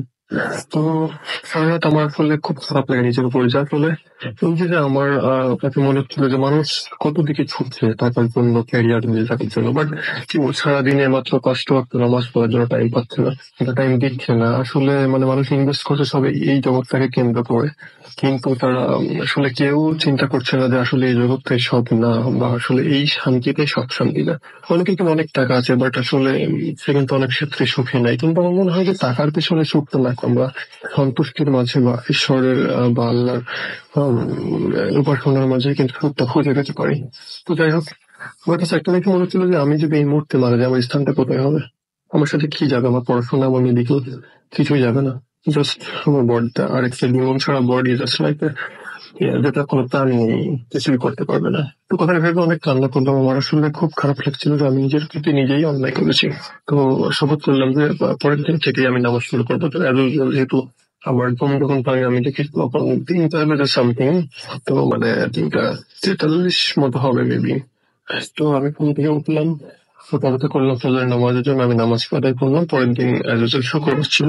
আসলে ঘটনাটি ওই দিনই ঘটে। আমি শুক্রবারে যখন ইমাম সাহেব নামাজ শেষ করলেন বা আমি আমার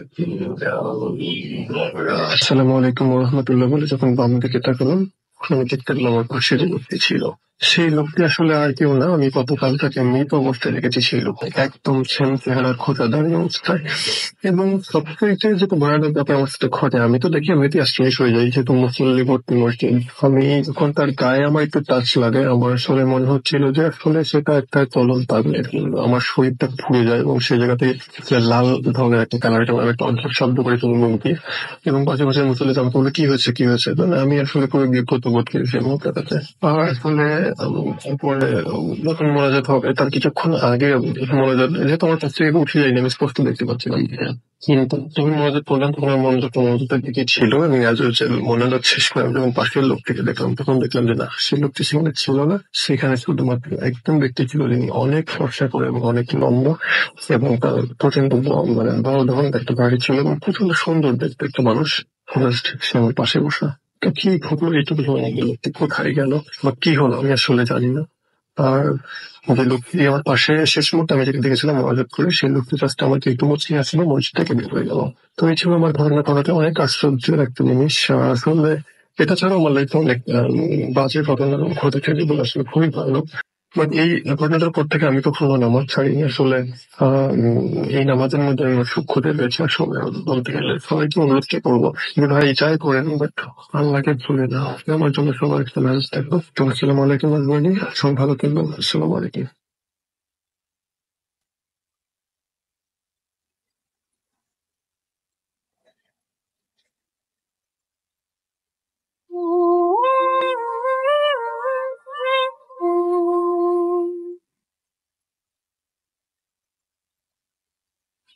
Yes, the night comes alive with গ্রামীণ ফোন। শুনছেন সবসময় রেডিও ফুর্তি।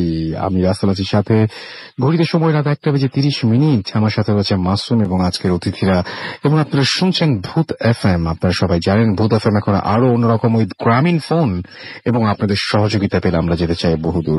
আমাদেরকে তুমি এসএমএস করেছেন আহমেদ খুলনা থেকে, এবং আজকের যে ঘটনা, আজকে যে ভূত এফএম যে এপিসোডটি তার কাছে অনেক ভালো লেগেছে সেটা তিনি জানিয়েছেন।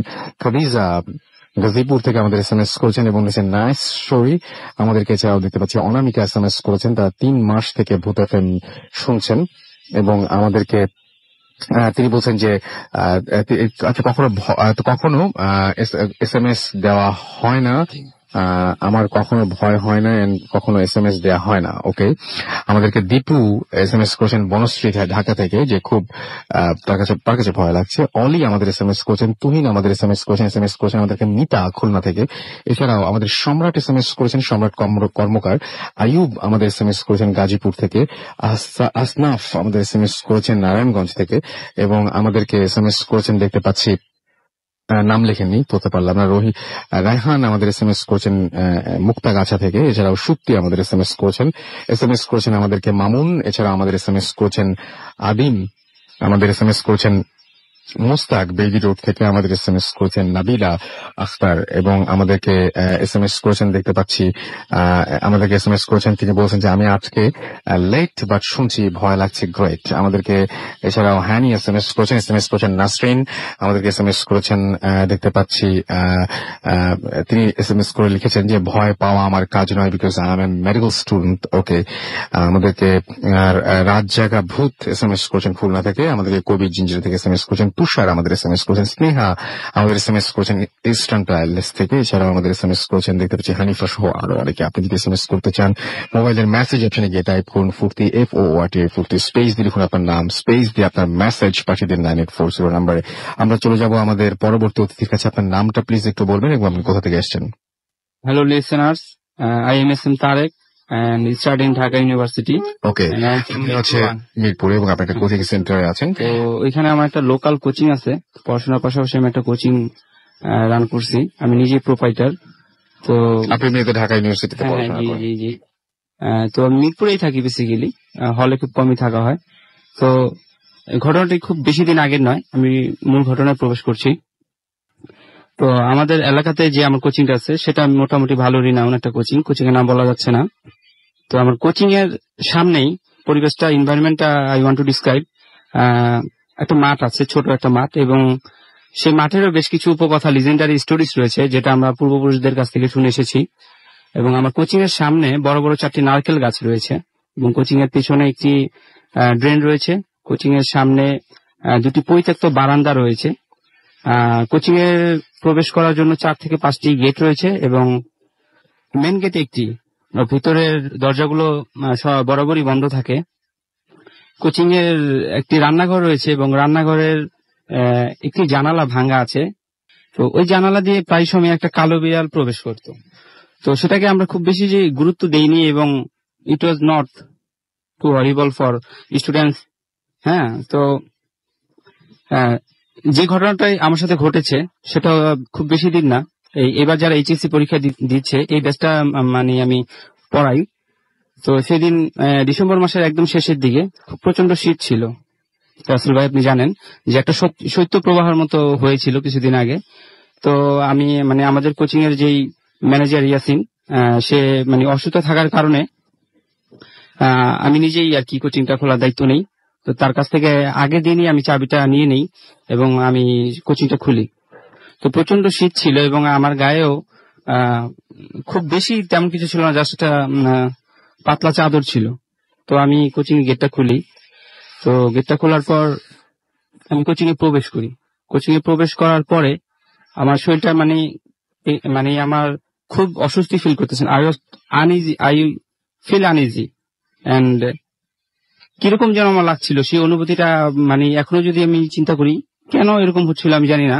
পুরো কোচিং এর ভিতরে একটা প্রচন্ড গরম ভাব, মনে হচ্ছে মাটির ভিতর থেকে গরমের দিনে যেরকম পাকার ভিতর থেকে দাবদাহ যেভাবে উঠে আসে, ঠিক ওইরকম আমার কাছে মনে হয়েছিল। তো আমি কোচিং এর লাইট গুলো জ্বালানো শুরু করি। তো এক পর্যায়ে আমি অফিস রুমের লাইট অন করে পাশের রুমে যাই রাসেল ভাই। আসলে তো পাশের রুমে যাওয়ার পর আমার কাছে মনে হয় যে আমি আমার অফিস রুমে দেখেছি 1 কাপ গরম চা, ধোয়া উঠছে, এরকম আমার মনে হলো।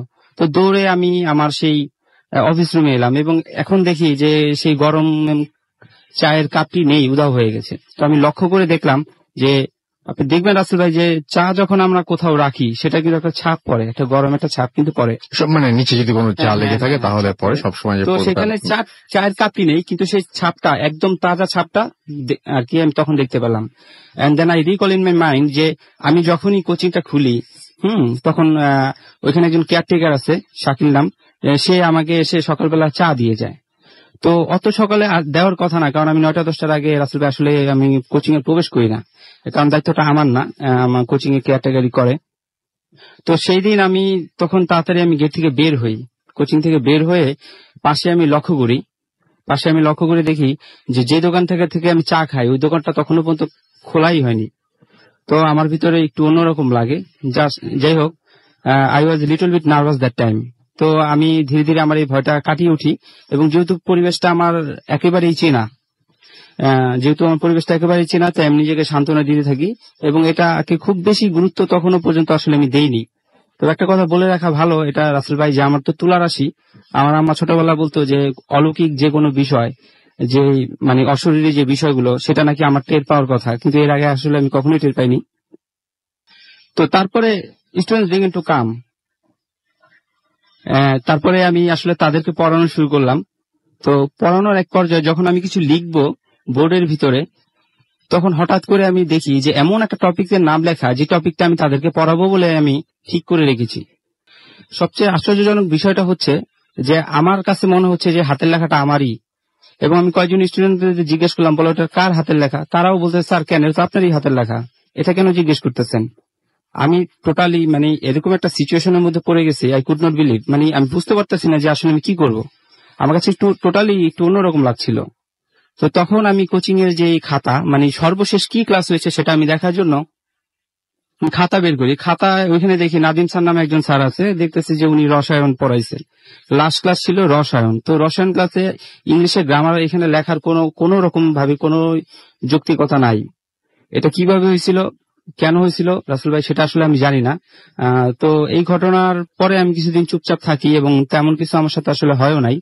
তো রিসেন্টলি আপনার 15 দিন হবে, তো আমার একটা মেয়ে স্টুডেন্ট আছে শিলা, ও আমাকে ফোন দিয়ে সে আমাকে প্রচুর পরিমাণে ধন্যবাদ জানাচ্ছে। তো আমিও তখন ক্লাস নিচ্ছিলাম।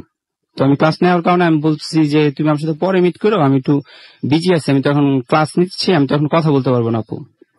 তো মেয়েটা তার 2 দিন পর আবার আসে। তো এসে সে আসলে আমাকে কিছু চকলেট অফার করে, এবং সে আমাকে খুব ধন্যবাদ জানায়।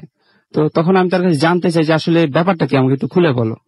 তখন সে আমাকে বলতেছে যে সে পরীক্ষার হল থেকে আমাকে ফোন দিছে, এবং কিছু কোশ্চেনের আনসার সে চাইছে, এবং তাকে নাকি সেই অ্যান্সার গুলো আমি দিছি। বাট আসলে আমি মনে করতে পারতাছি না যে আসলে আমি কখন তাকে অ্যান্সারটা দিছি। তো সে যখন আমাকে ইনসিস্ট করলো, তখন আসলে মানে সে বললো, আপনি মিথ্যা কথা কেন বলতেছেন? তো আমি যখন আমার রিসিভ কলে গেলাম, ওইখানে যেয়ে দেখি যে আসলে তার সাথে আমার একটা কল ডিউরেশন রয়েছে 4-5 মিনিটের মতো। ওকে, আপনাকে অনেক ধন্যবাদ। এবং আমরা সবচেয়ে অদ্ভুত ব্যাপার সেটা হচ্ছে যে উনি যেটা বলছেন যে কোচিং এ তিনি গিয়েছিলেন, এবং সেখানে মনে হয়েছে যে হয়তো মানে উনি আসার আগেই আরো একজন, মানে হয়তো তিনি এসেছিলেন, এবং বোর্ডে গিয়েও তিনি তার নিজের লেখা দেখতে পান, এবং এখানে দেখতে পেয়েছিলেন যে চাটা তিনি টেবিলের উপর রেখেছিলেন, সেই চাটাও তখনও পর্যন্ত মানে রাখার কোনো কারণ নেই, কারণ বাইরের যে দোকানটা ছিল সেটা বন্ধ ছিল। আমাদের কাছে বেশ কিছু SMS রয়েছে। তাহমিদ আমাদের SMS করেছেন, এবং তার কাছে এই ঘটনাটা ভালো লাগেনি, তিনি তাই লিখেছেন। এমডি আর যে খুলনা থেকে SMS করেছেন, রাস্তাকুল খিলক্ষেত থেকে আমাদের SMS করেছেন, মাহমুদ আমাদের SMS করেছেন এবং তিনি বলেছেন যে তিনি আমাদের এই এখন যিনি ঘটনা বললেন তার জন্য একটু অ্যাডভাইস দিয়েছেন, আমি সেটা না পড়লাম। আমাদেরকে ছাড়াও হুমায়রা SMS করেছেন, এই প্রথম তিনি লাইভ শুনছেন, ভয় লাগছে। ইমু আমাদের ফরিদপুর থেকে SMS করেছেন এবং তিনি বলেছেন যে আপনাকে অনেক ধন্যবাদ। শামীম আমাদের ময়মনসিং থেকে SMS করেছেন এবং তিনি এটাই প্রথম SMS করলেন। রানা আমাদের SMS করেছেন লাবণী। আমরা পরবর্তী ঘটনায় যাব, কিছু SMS পড়ছে আগে। এছাড়া আমাদেরকে অলোক SMS করেছেন আমাদেরকে তারেক মগবাজার থেকে। এছাড়া আদিত্য আমাদের SMS করেছেন পুঠিয়া থেকে। ইরাজ আমাদের কাফরুল থেকে SMS করেছেন এবং আমাদেরকে ড্রিমের যে স্টোরিটা, সেই স্টোরি তার কাছে অনেক বেশি ভালো লেগেছে সেটা তিনি জানিয়েছেন। নাইম খিলগাঁও থেকে আমাদের SMS করেছেন। এছাড়া আমাদের SMS করেছেন সুমন হাসনাবাদ কেরানীগঞ্জ থেকে। শক্তি আমাদের SMS করেছেন সানিয়া। এছাড়াও আমাদেরকে SMS করেছেন দেখতে পাচ্ছি রিয়াদ। আমাদেরকে শুভ্র SMS করেছেন মোহাম্মদপুর থেকে এবং আমাদেরকে SMS করেছেন দেখতে পাচ্ছি আরো অনেকেই। আপনি যদি SMS করতে চান তাহলে মোবাইলের মেসেজ অপশনে গিয়ে টাইপ করুন ফুর্তি FORTA ফুর্তি স্পেস দিয়ে লিখুন আপনার নাম, স্পেস দিয়ে আপনার মেসেজ পাঠিয়ে দিন 9840 নাম্বার। যদি আমাদের ইমেইল করতে চান, আমাদের ইমেইল অ্যাড্রেস হচ্ছে bhootfm@radiofurti.fm which is BHWTFM@radioFOORTI.fm। আপনার নাম, ঠিকানা এবং ফোন নাম্বার সহ আপনার জীবনে ঘটে যাওয়া সেরা ঘটনাগুলো পাঠিয়ে দিন আমাদের কাছে। আমাদের এই অ্যাড্রেসগুলো আপনারা পেয়ে যাবেন আমাদের ওয়েবসাইটে, আমাদের অ্যাড্রেসগুলো আপনারা পেয়ে যাবেন ফেসবুকেও। আমাদের সাথে কানেক্টেড থাকতে চাইলে চলে যান www.facebook.com/bhootfm.russell অথবা চলে যান www.facebook.com/radio.furti। আমরা চলে যাচ্ছি আমাদের পরবর্তী অতিথির কাছে এবং আপনার নামটা প্লিজ একটু বলবেন, তারপর আপনার ঘটনাটা আমরা শুনবো। আসসালামু আলাইকুম লিসেনার্স, আমি আফনান, আমি জগন্নাথ ইউনিভার্সিটি ফিনান্স থার্ড ক্লাসে MBA করছি। আমি এসেছি আজিমপুর থেকে। ওকে, তো প্রথমে ধন্যবাদ দিতে চাই সবাইকে যারা আজকে শুনছেন, আমার ছোট বোন রোম্মান, মারজান এবং আমার যারা রুমমেট আছেন এবং আমার কাজিন যিনি এসেছেন রনি, তাকে। তো আমি সরাসরি ঘটনাতে চলে যাচ্ছি। তো আসলে এই ঘটনাটি আমার এক বড় ভাইয়ের, উনি আমাকে রিকোয়েস্ট করেছিলেন ভূত এফএম গল্পটি শেয়ার করার জন্য। তো আমি মূল ঘটনায় ফিরে যাচ্ছি। তো আমার এই বড় ভাই উনি এবং ওনার আর এক বন্ধু, ওনারা BCS পরীক্ষার প্রস্তুতির জন্য ওনার একটা নিরিবিলি বাসা সিলেক্ট করেন পুরান ঢাকার ওদিকে, তো যাতে ওনারা নিরিবিলি ভাবে এবং নিরবচ্ছিন্ন ভাবে ওনারা প্রস্তুতি নিতে পারেন। তো যেহেতু ওনারা ব্যাচেলর ছিলেন, তো ওনাদের তো সেরকম ফার্নিচার বলতে কিছু ছিল না। তো বাড়িওয়ালা যিনি ছিলেন উনি খুব ভালো মানুষ ছিলেন, উনি অনেক পুরাতন কিছু ফার্নিচার উনি ওনাদেরকে দিলেন ব্যবহার করার জন্য, এবং তার ভিতরে খুব অনেক পুরাতন একটা চৌকিও ছিল। তো ওনারা প্রথম দিকে খুব ভালোই যাচ্ছিল, কিন্তু সমস্যা হলো যে আমি সেই বড় ভাইটা উনি আমাকে বললেন যে উনি যখন ওই চৌকিতে ঘুমানো শুরু করলেন, প্রতি রাত্রেই উনি কিছু ভয়ঙ্কর ভয়ঙ্কর স্বপ্ন দেখতেন। সেটা কেমন, যে উনি স্বপ্নে দেখতেন যে কিছু লোক ওনাকে জোর করে ধরে ফাঁসির মঞ্চে নিয়ে যাচ্ছে, ফাঁসি দিয়ে দেবে।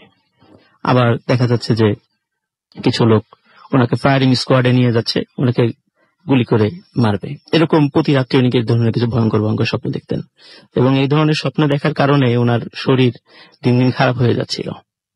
তো এক রাত্রে ওনার বন্ধু ওনার মায়ের অসুস্থতার খবরের কারণে দেশের বাড়িতে যান। তো উনি একাই ছিলেন ওই দিন বাসায়। তো উনি স্বপ্নে দেখছি উনি ওই দিন উনি যেহেতু ফজরের নামাজ পড়েন, তাড়াতাড়ি ঘুমিয়ে পড়েন আর কি 12টার পর পরে। তো রাত 2টা কি 3টার দিকে, তখন ছিল শীতকাল। তো হঠাৎ করে উনি ফিল করছিলেন যে ওনার পাশ থেকে খুব গরম নিঃশ্বাস, পাশে কেউ শুয়ে আছে, খুব গরম নিঃশ্বাস তার মাথা এবং ঘাড়ে এসে লাগছে, এরকম একটা ব্যাপার। তো উনি ফিল করছিলেন ওনার পাশে কেউ আছে। তো উনি পাশে ঘুরে শুলেন। শোয়ার পরে উনি যেটা দেখলেন, এটা দেখার জন্য প্রস্তুত ছিলেন না। উনি দেখলেন যে চুল বড়, দাড়িওয়ালা, চোখগুলো অনেক বড় বড় একটা লোক তার পাশে শুয়ে আছে এবং তার দিকে তাকিয়ে আছে। উনি দেখার সাথে সাথে খুব ভয় পেলেন, কিন্তু ওনার কোনো শব্দই করতে পারছিলেন না। তার বডিটা একরকম প্যারালাইজড হয়ে গেছিল এবং খুব ঘেমে যাচ্ছিলেন তখন। এবং কিছুক্ষণ পরে সেই মূর্তিটি আবার উধাও হয়ে যায়। তো এরকম ঘটনা উনি প্রথম একদিন ঘটে। তো দ্বিতীয় দিন যেটা ঘটে সেটা উল্লেখ করার মতো, সেটা হচ্ছে যে ওই দিনও বাসায় কেউ ছিল না। তো উনি হঠাৎ করে রাত্রে দেখছিলেন যে একটা ছায়া মূর্তি রুমের মধ্যে হাঁটাহাঁটি করছে। তো উনি সাহস করে ওই দিন জিজ্ঞাসা করলেন যে তুমি কে? তো ছায়ামূর্তিটি বলল যে তুমি যে উদ্দেশ্য নিয়ে এখানে এসেছো, তোমার এই উদ্দেশ্যটা হয়ে যাবে, তুমি চিন্তা করো না। এটা বলেই সেটা আবার উধাও হয়ে যায় এবং উনি খুব ভয় পান। উনি একবার শেষ পর্যন্ত বাড়িওয়ালার কাছে যে বলেন যে আসলে আপনার বাসাটা কি হন্টেড, আসলে সমস্যাটা কি, এরকম কেন হচ্ছে। তখন বাড়িওয়ালা যিনি উনি বাড়িওয়ালা আসল ঘটনাটা বললেন যে আসলে বাসাটা হন্টেড না, কিন্তু আপনাদেরকে যে ফার্নিচার দেওয়া হয়েছে তার ভিতরে একটা চৌকি ছিল, এই চৌকিটা হন্টেড। কি কারণে? যে 1920 সালের পরে যখন এন্টি ব্রিটিশ মুভমেন্ট আমাদের এই এলাকায়, মানে বিশেষ করে ঢাকার এদিকে যখন বেশি করে শুরু হয়, তখন অনেক লোক তো সেখানে জয়েন করে। তো এর ভিতরে ওনাদের বাড়িতে অনেক আগে একজন লোক থাকতেন, উনি মাদ্রাসায় পুরো একজন আলিম ছিলেন। তো উনি ওই বাসায় থাকতেন। তো ওনার বাবা মা ছোটবেলায় মারা গিয়েছিল। তো ওই বাড়িওয়ালার দাদা তাকে মানে দেখাশোনা করতেন আর কি। তো উনি একটা ঘরে থাকতেন। তো উনি একটা পর্যায়ে এন্টি ব্রিটিশ মুভমেন্টের সাথে জড়িয়ে যান এবং তখন কোন একটা পর্যায়ে আপনার ব্রিটিশ পুলিশের হাতে উনি ধরা পড়ে যান। এবং ওই সময় তো যারাই ধরা পড়তো তাদেরকে দোষী হোক নির্দোষী হোক সবাইকে ফাঁসি দিয়ে দেওয়া হতো আর কি। তখন ওই বিচারে ওনাকে ফাঁসি দিয়ে দেওয়া হয়, কিন্তু ফাঁসি দেওয়ার পরে ওনার লাশটাও আর ফেরত পাওয়া যায় নাই, কারণ ব্রিটিশ সরকার ওনার লাশটাও আর ফেরত দেয় নাই। কোথায় কি হয়েছে এটাও কেউ বলতে পারে না। তো জানা যায় যে ওই লোকের সাথে একটা জিন থাকতো। তো এখন ওনার ইন্তেকালের পর ওনার দাদা ওই খাটটা খুব সযত্নে রেখে দিয়েছিলেন ওই একজন শহীদের স্মৃতি হিসাবে। তো ওই খাটে উনি কাউকে ঘুমাতে দিতেন না। পরে ওনার দাদার মৃত্যুর পরে খাটটা আপনার একটা স্টোর রুমে রেখে দেওয়া হয়। পর অনেকদিন পর ওনারা যখন আসেন ওই খাটটা তাদেরকে ব্যবহার করতে দেওয়া হয়। তখন এই কারণে এই ঘটনাগুলো ঘটে। বেসিক্যালি এখানে একটা উল্লেখযোগ্য বিষয় যে ওনারা তো বিসিএস পরীক্ষার জন্য সেখানে এসেছিলেন। আমার ওই যে বড় ভাই, তো উনি ওনার ফার্স্ট চয়েস ছিল অ্যাডমিন ক্যাডার আর কি। উনি ওই 31তম বিসিএস অ্যাডমিন ক্যাডারটাই পান। এবং ওনার যে বন্ধু ছিল ওনার ফার্স্ট চয়েস ছিল পুলিশ ক্যাডার, উনি ওই ক্যাডারটাই পান। এখনো আমার ওই যে বড় ভাই আর কি, উনি ওনার স্বপ্নের মধ্যে এখনো অনেক বিষয়ের উনি আভাস পান। উনি আমাকে এগুলো বলেছেন। তো এই ছিল রাসেল ভাই ঘটনাটা। ধন্যবাদ সবাই। থ্যাংক ইউ সো মাচ আপনার ঘটনার জন্য। আসলে এই ঘটনার অদ্ভুত একটা ব্যাপার যে এখানে মেইন ক্যারেক্টার যেটা হন্টেড সেটা হচ্ছে একটা খাট, এবং এটা খাটকে নিয়ে ঘটনা ছিল। এবং এখনো পর্যন্ত উনি যেটা বললেন যে এখনো পর্যন্ত নানান ধরনের ঘটনা বা নানান ধরনের আভাস তিনি পেয়ে থাকেন। সো এরকম ঘটনা যে পৃথিবীতে ঘটে, এটা খুব অদ্ভুত একটা ঘটনা। আমাদেরকে দেখতে পাচ্ছি অনেকেই SMS এখানে ফেসবুকেও লিখছেন অনেকে।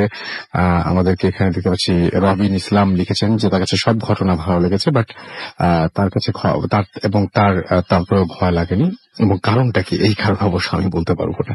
আমাদেরকে এছাড়াও দেখতে পাচ্ছি আরো অনেকেই এখানে কমেন্ট করছেন এবং আমাদেরকে দেখতে পাচ্ছি। আচ্ছা, তিনি একজন লিখেছেন তার ওয়াইফাই যেটা, সেটাতেও তিনি একটা মানে এরকম ঘোস্ট ব্যাপারটা রেখেছেন, সেটা জানিয়েছেন। আর যে আছে MJ মারুফ আমাদের লিখেছেন, তিনি মালদ্বীপস থেকে শুনছেন তাই লিখেছেন আমাদেরকে। এছাড়াও জাহিদ সুজন ওমান লিখেছেন যে আমার কমেন্টটা পড়লে না অনেক কষ্ট পেলাম। না, কষ্ট পাওয়ার কোনো কারণ নাই, আপনার কমেন্ট কিন্তু আমি পড়ে ফেলেছি। আমাদেরকে ইরফান লিখেছেন Bhoot FM is the best. আমাদের ফেসবুক থেকে তারা এখন পড়ছি কমেন্ট গুলো, এবং যারা শুনছেন তারা বুঝতেই পারছেন।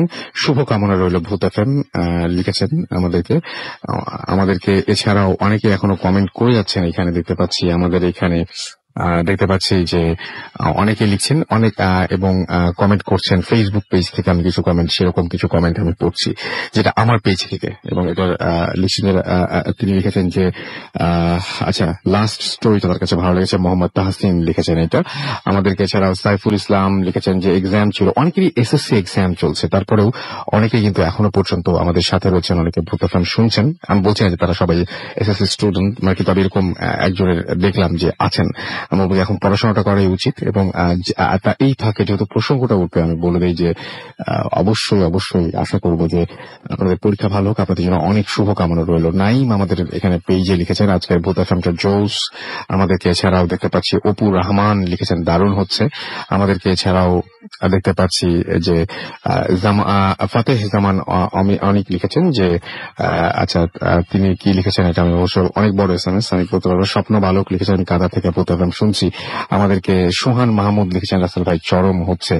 আপনারা যারা ফেসবুকে কানেক্টেড থাকতে চান তারা চলে যান www.facebook.com/radio.furti অথবা www.facebook.com/bhutfm.russell লাইক দিয়ে কমেন্ট করতে পারেন আমাদের পেজে এবং সেই সাথে জানিয়ে দিতে পারেন আপনার কথাগুলো।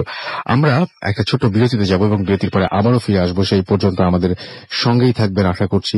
স্টে টিউন টু রেডিও ফুর্তি এন্ড ডোন্ট স্টপ দ্য ফুর্তি। ছোট্ট একটা বিরতি।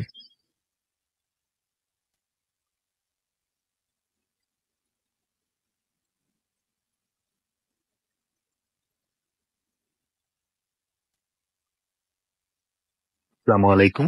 ভূত এফএমের সকল শ্রোতাদেরকে শুভেচ্ছা জানিয়ে আমি আমার একটি ঘটনা আজকে শেয়ার করতে চাচ্ছি। আমি ভূত এফএমের নিয়মিত শ্রোতা। বিভিন্ন সময় বিভিন্ন সমস্যা থাকলেও ভূত এফএম এই সুদূর প্রবাস জীবনে বসে শোনার চেষ্টা করি। মিস্টার রাসেল, আশা করি আপনি ভালো আছেন। ঘটনাটি 1998 সালে। তখন আমি মেডিকেল দিতে বসে ছাত্র ছিলাম। আমাদের একজন বন্ধু এক সন্ধ্যায় হঠাৎ করে এসে আমাদেরকে বলল যে তার সাথে এখনই ঢাকা যেতে হবে। আমরা কে কে যেতে পারবো? আমরা 9-10 জনের মতন ছিলেন। তৎক্ষণাৎ রেডি হয়ে নিলাম এবং জিজ্ঞেস করলাম কেন, কি হয়েছে? তখন সে বলল যে তাদের যে মাইক্রোবাসটি রেন্টে কারে ভাড়ায় খাটতো সেটি ঢাকায় অ্যাক্সিডেন্ট করেছে, অবস্থা গুরুতর, এখনই তার সাথে যেতে হবে। তো আমরা দুটো মাইক্রোবাস করে রওনা দিলাম।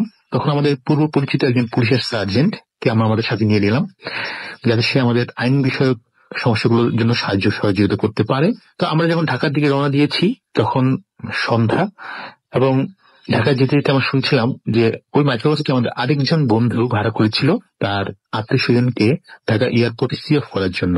তো এয়ারপোর্টে যাওয়ার পথেই ওই গাড়িটির ড্রাইভার নিয়ন্ত্রণ হারিয়ে একটি ট্রাকের পিছনে গিয়ে ধাক্কা দেয় এবং গাড়িটি অর্ধেক ট্রাকের নিচে ঢুকে যায়, যার ফলে স্পটের ড্রাইভার এবং আমার ওই বন্ধুটির বোন ঘটনাস্থলে মারা যায়। অন্যরা আহত হয় এবং হসপিটালে ভর্তি আছে। তো আমরা ঢাকা যেতে যেতেই সবাই খুব দুশ্চিন্তার মধ্যে ছিলাম যে আমাদের বন্ধুটি বেঁচে আছে কিনা, কিংবা তাদের আর আত্মীয় স্বজনের কি অবস্থা।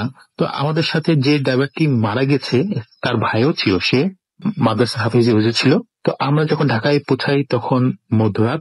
আমরা প্রথমে সিদ্ধান্ত নেই যে গাড়িটি যেখানে দুর্ঘটনা ঘটেছে সেখানে আমরা ঘটনাস্থলে যাব, গিয়ে আগে গাড়িটির ব্যবস্থা করে তারপর আমরা ঢাকা মেডিকেলে, যেখানে আমার বন্ধুটির আত্মীয় স্বজন ভর্তি আছে, সেখানে যাব এবং দুটো লাশ ওখান থেকে আমরা বের করে নিয়ে আসবো। তো আমরা ঘটনাস্থলে যখন পৌঁছাই ঢাকা এয়ারপোর্টের জোয়ার সাহা নামক স্থানে, তখন একটি পুলিশের বক্স ছিল। সেই বক্সের কাছে মাইক্রোবাসটি রাখা ছিল। মাইক্রোবাসটি দেখে আমরা আটকে উঠি, কারণ এটি এমন ভাবে বিধ্বস্ত ছিল যাতে মনে হচ্ছিল যে ভিতর থেকে কারোই বাঁচার সম্ভাবনা নেই। গাড়ির ভিতরে প্রচুর রক্ত, কাঁচের টুকরো এবং গাড়িটি দুমড়ে মুচড়ে পড়েছিল। স্বভাবতই আমাদের যে বন্ধুটি গাড়ি, তার মানসিক অবস্থা খুব খারাপ ছিল, আমাদেরও তার জন্য খুব সহমর্মিত হচ্ছিল এবং স্পটে দুজন যে মারা গেছে সেটা নিয়েও আমরা খুব ভারাক্রান্ত মনে ছিলাম। আমরা তখন দুটো মাইক্রোবাস নিয়েই ঢাকা মেডিকেলের দিকে রওনা দিই। তো ঢাকা মেডিকেলে যখন পৌঁছাই তখন 2:58 হবে। আমরা ওই ঢাকা মেডিকেলের মর্গের যে ডোম তাকে খুঁজে বের করি এবং তাকে অনেক অনুরোধ করি, পরিচয় দিই, যার ফলে সে রাজি হয় মধ্যরাতে এই লাশ দুটোকে রেডি করে আমাদের হাতে হস্তান্তর করার জন্য। তো সে আমাদেরকে তার সাথে দুজনকে ভিতরে ঢুকতে বলে। তো ওই সময় এমন পরিস্থিতি ছিল, সবার মানসিক অবস্থা খুবই বিধ্বস্ত অবস্থায় ছিল, যার ফলে কেউই ভিতরে ঢোকার জন্য সাহস পাচ্ছিল না। আজ থেকে এত বছর আগে ঢাকা মেডিকেলের মর্গের অবস্থা ছিল আরো শোচনীয়। ভিতর ছিল নোংরা, অপরিচ্ছন্ন, চারদিকে ময়লা, পানি, রক্তে মাখামাখি অবস্থা। আমার এখনো মনে আছে যে এত দুর্বিষহ পরিস্থিতিতে আমরা যখন আমি এবং আমার এক বন্ধু ভিতরে যাওয়ার জন্য প্রস্তুতি নেই, ডোমের সাথে ভিতরে যাই, তখন নোংরা, রক্তে মাখা পানি পেরিয়ে আমাদের যেতে হচ্ছিল। চারিপাশ থেকে বিভৎস পচা গন্ধ আসছিল, আরো কিছু বেয়ারি লাশ পড়েছিল তখন ভিতরে, অগোচর অবস্থায় এগুলো রাখা ছিল। সবতেই আমাদের মানসিক অবস্থা আপনারা হয়তো বুঝতে পারছেন। তখন আমরা ভিতরে যাই, যাওয়ার পর সে আমাদেরকে লাশ দুটোকে পরিষ্কার করে দুটি কফিনে চা পাতা এবং বরফ কুচি দিয়ে সাজিয়ে ঠিক মতন আমাদের হাতে হস্তান্তর করে আমরা দুটো লাশকে অন্যদের সহযোগিতা বের করে নিয়ে আসি। এবং আমরা একটি মাইক্রোবাসের ড্রাইভারকে অনুরোধ করি যে লাশ দুটোকে নিয়ে রওনা দেওয়ার জন্য। ঢাকার বাইরে যেহেতু যেতে হবে, তো ওই মাইক্রোবাস ড্রাইভাররা কেউ রাজি হচ্ছিল না, একজন আরেকজনের উপর দায়িত্ব চাপাচ্ছিল।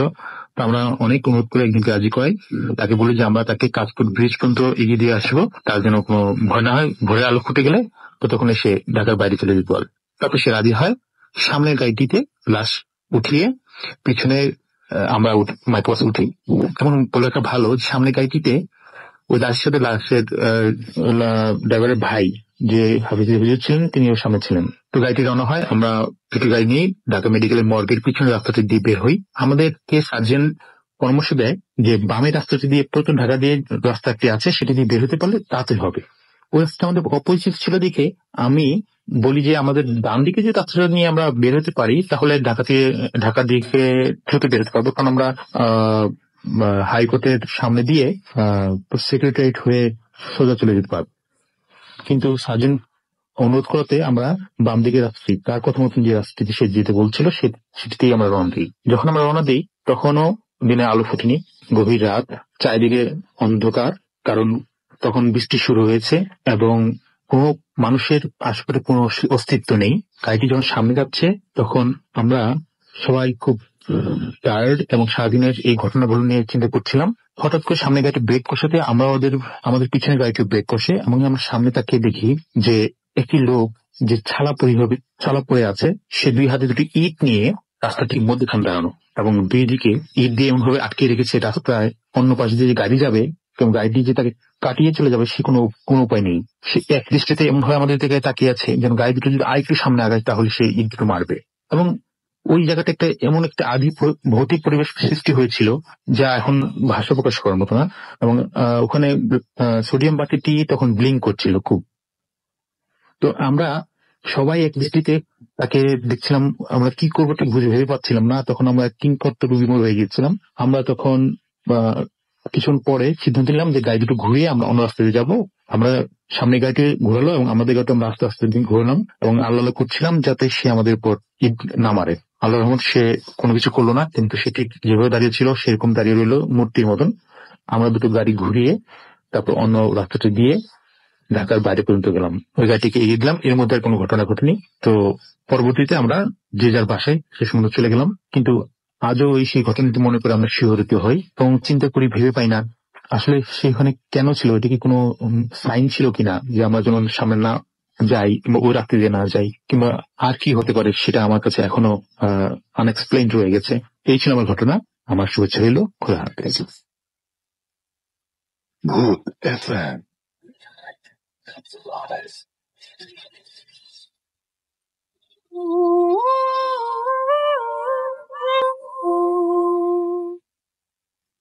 কাটা বুঝতে আর মাত্র কিছুক্ষণ বাকি, সুতরাং শেষ করতে হবে। আমাদের কোনো কথাই হলো না, কিন্তু গল্প শুনলাম নিশ্চয়ই।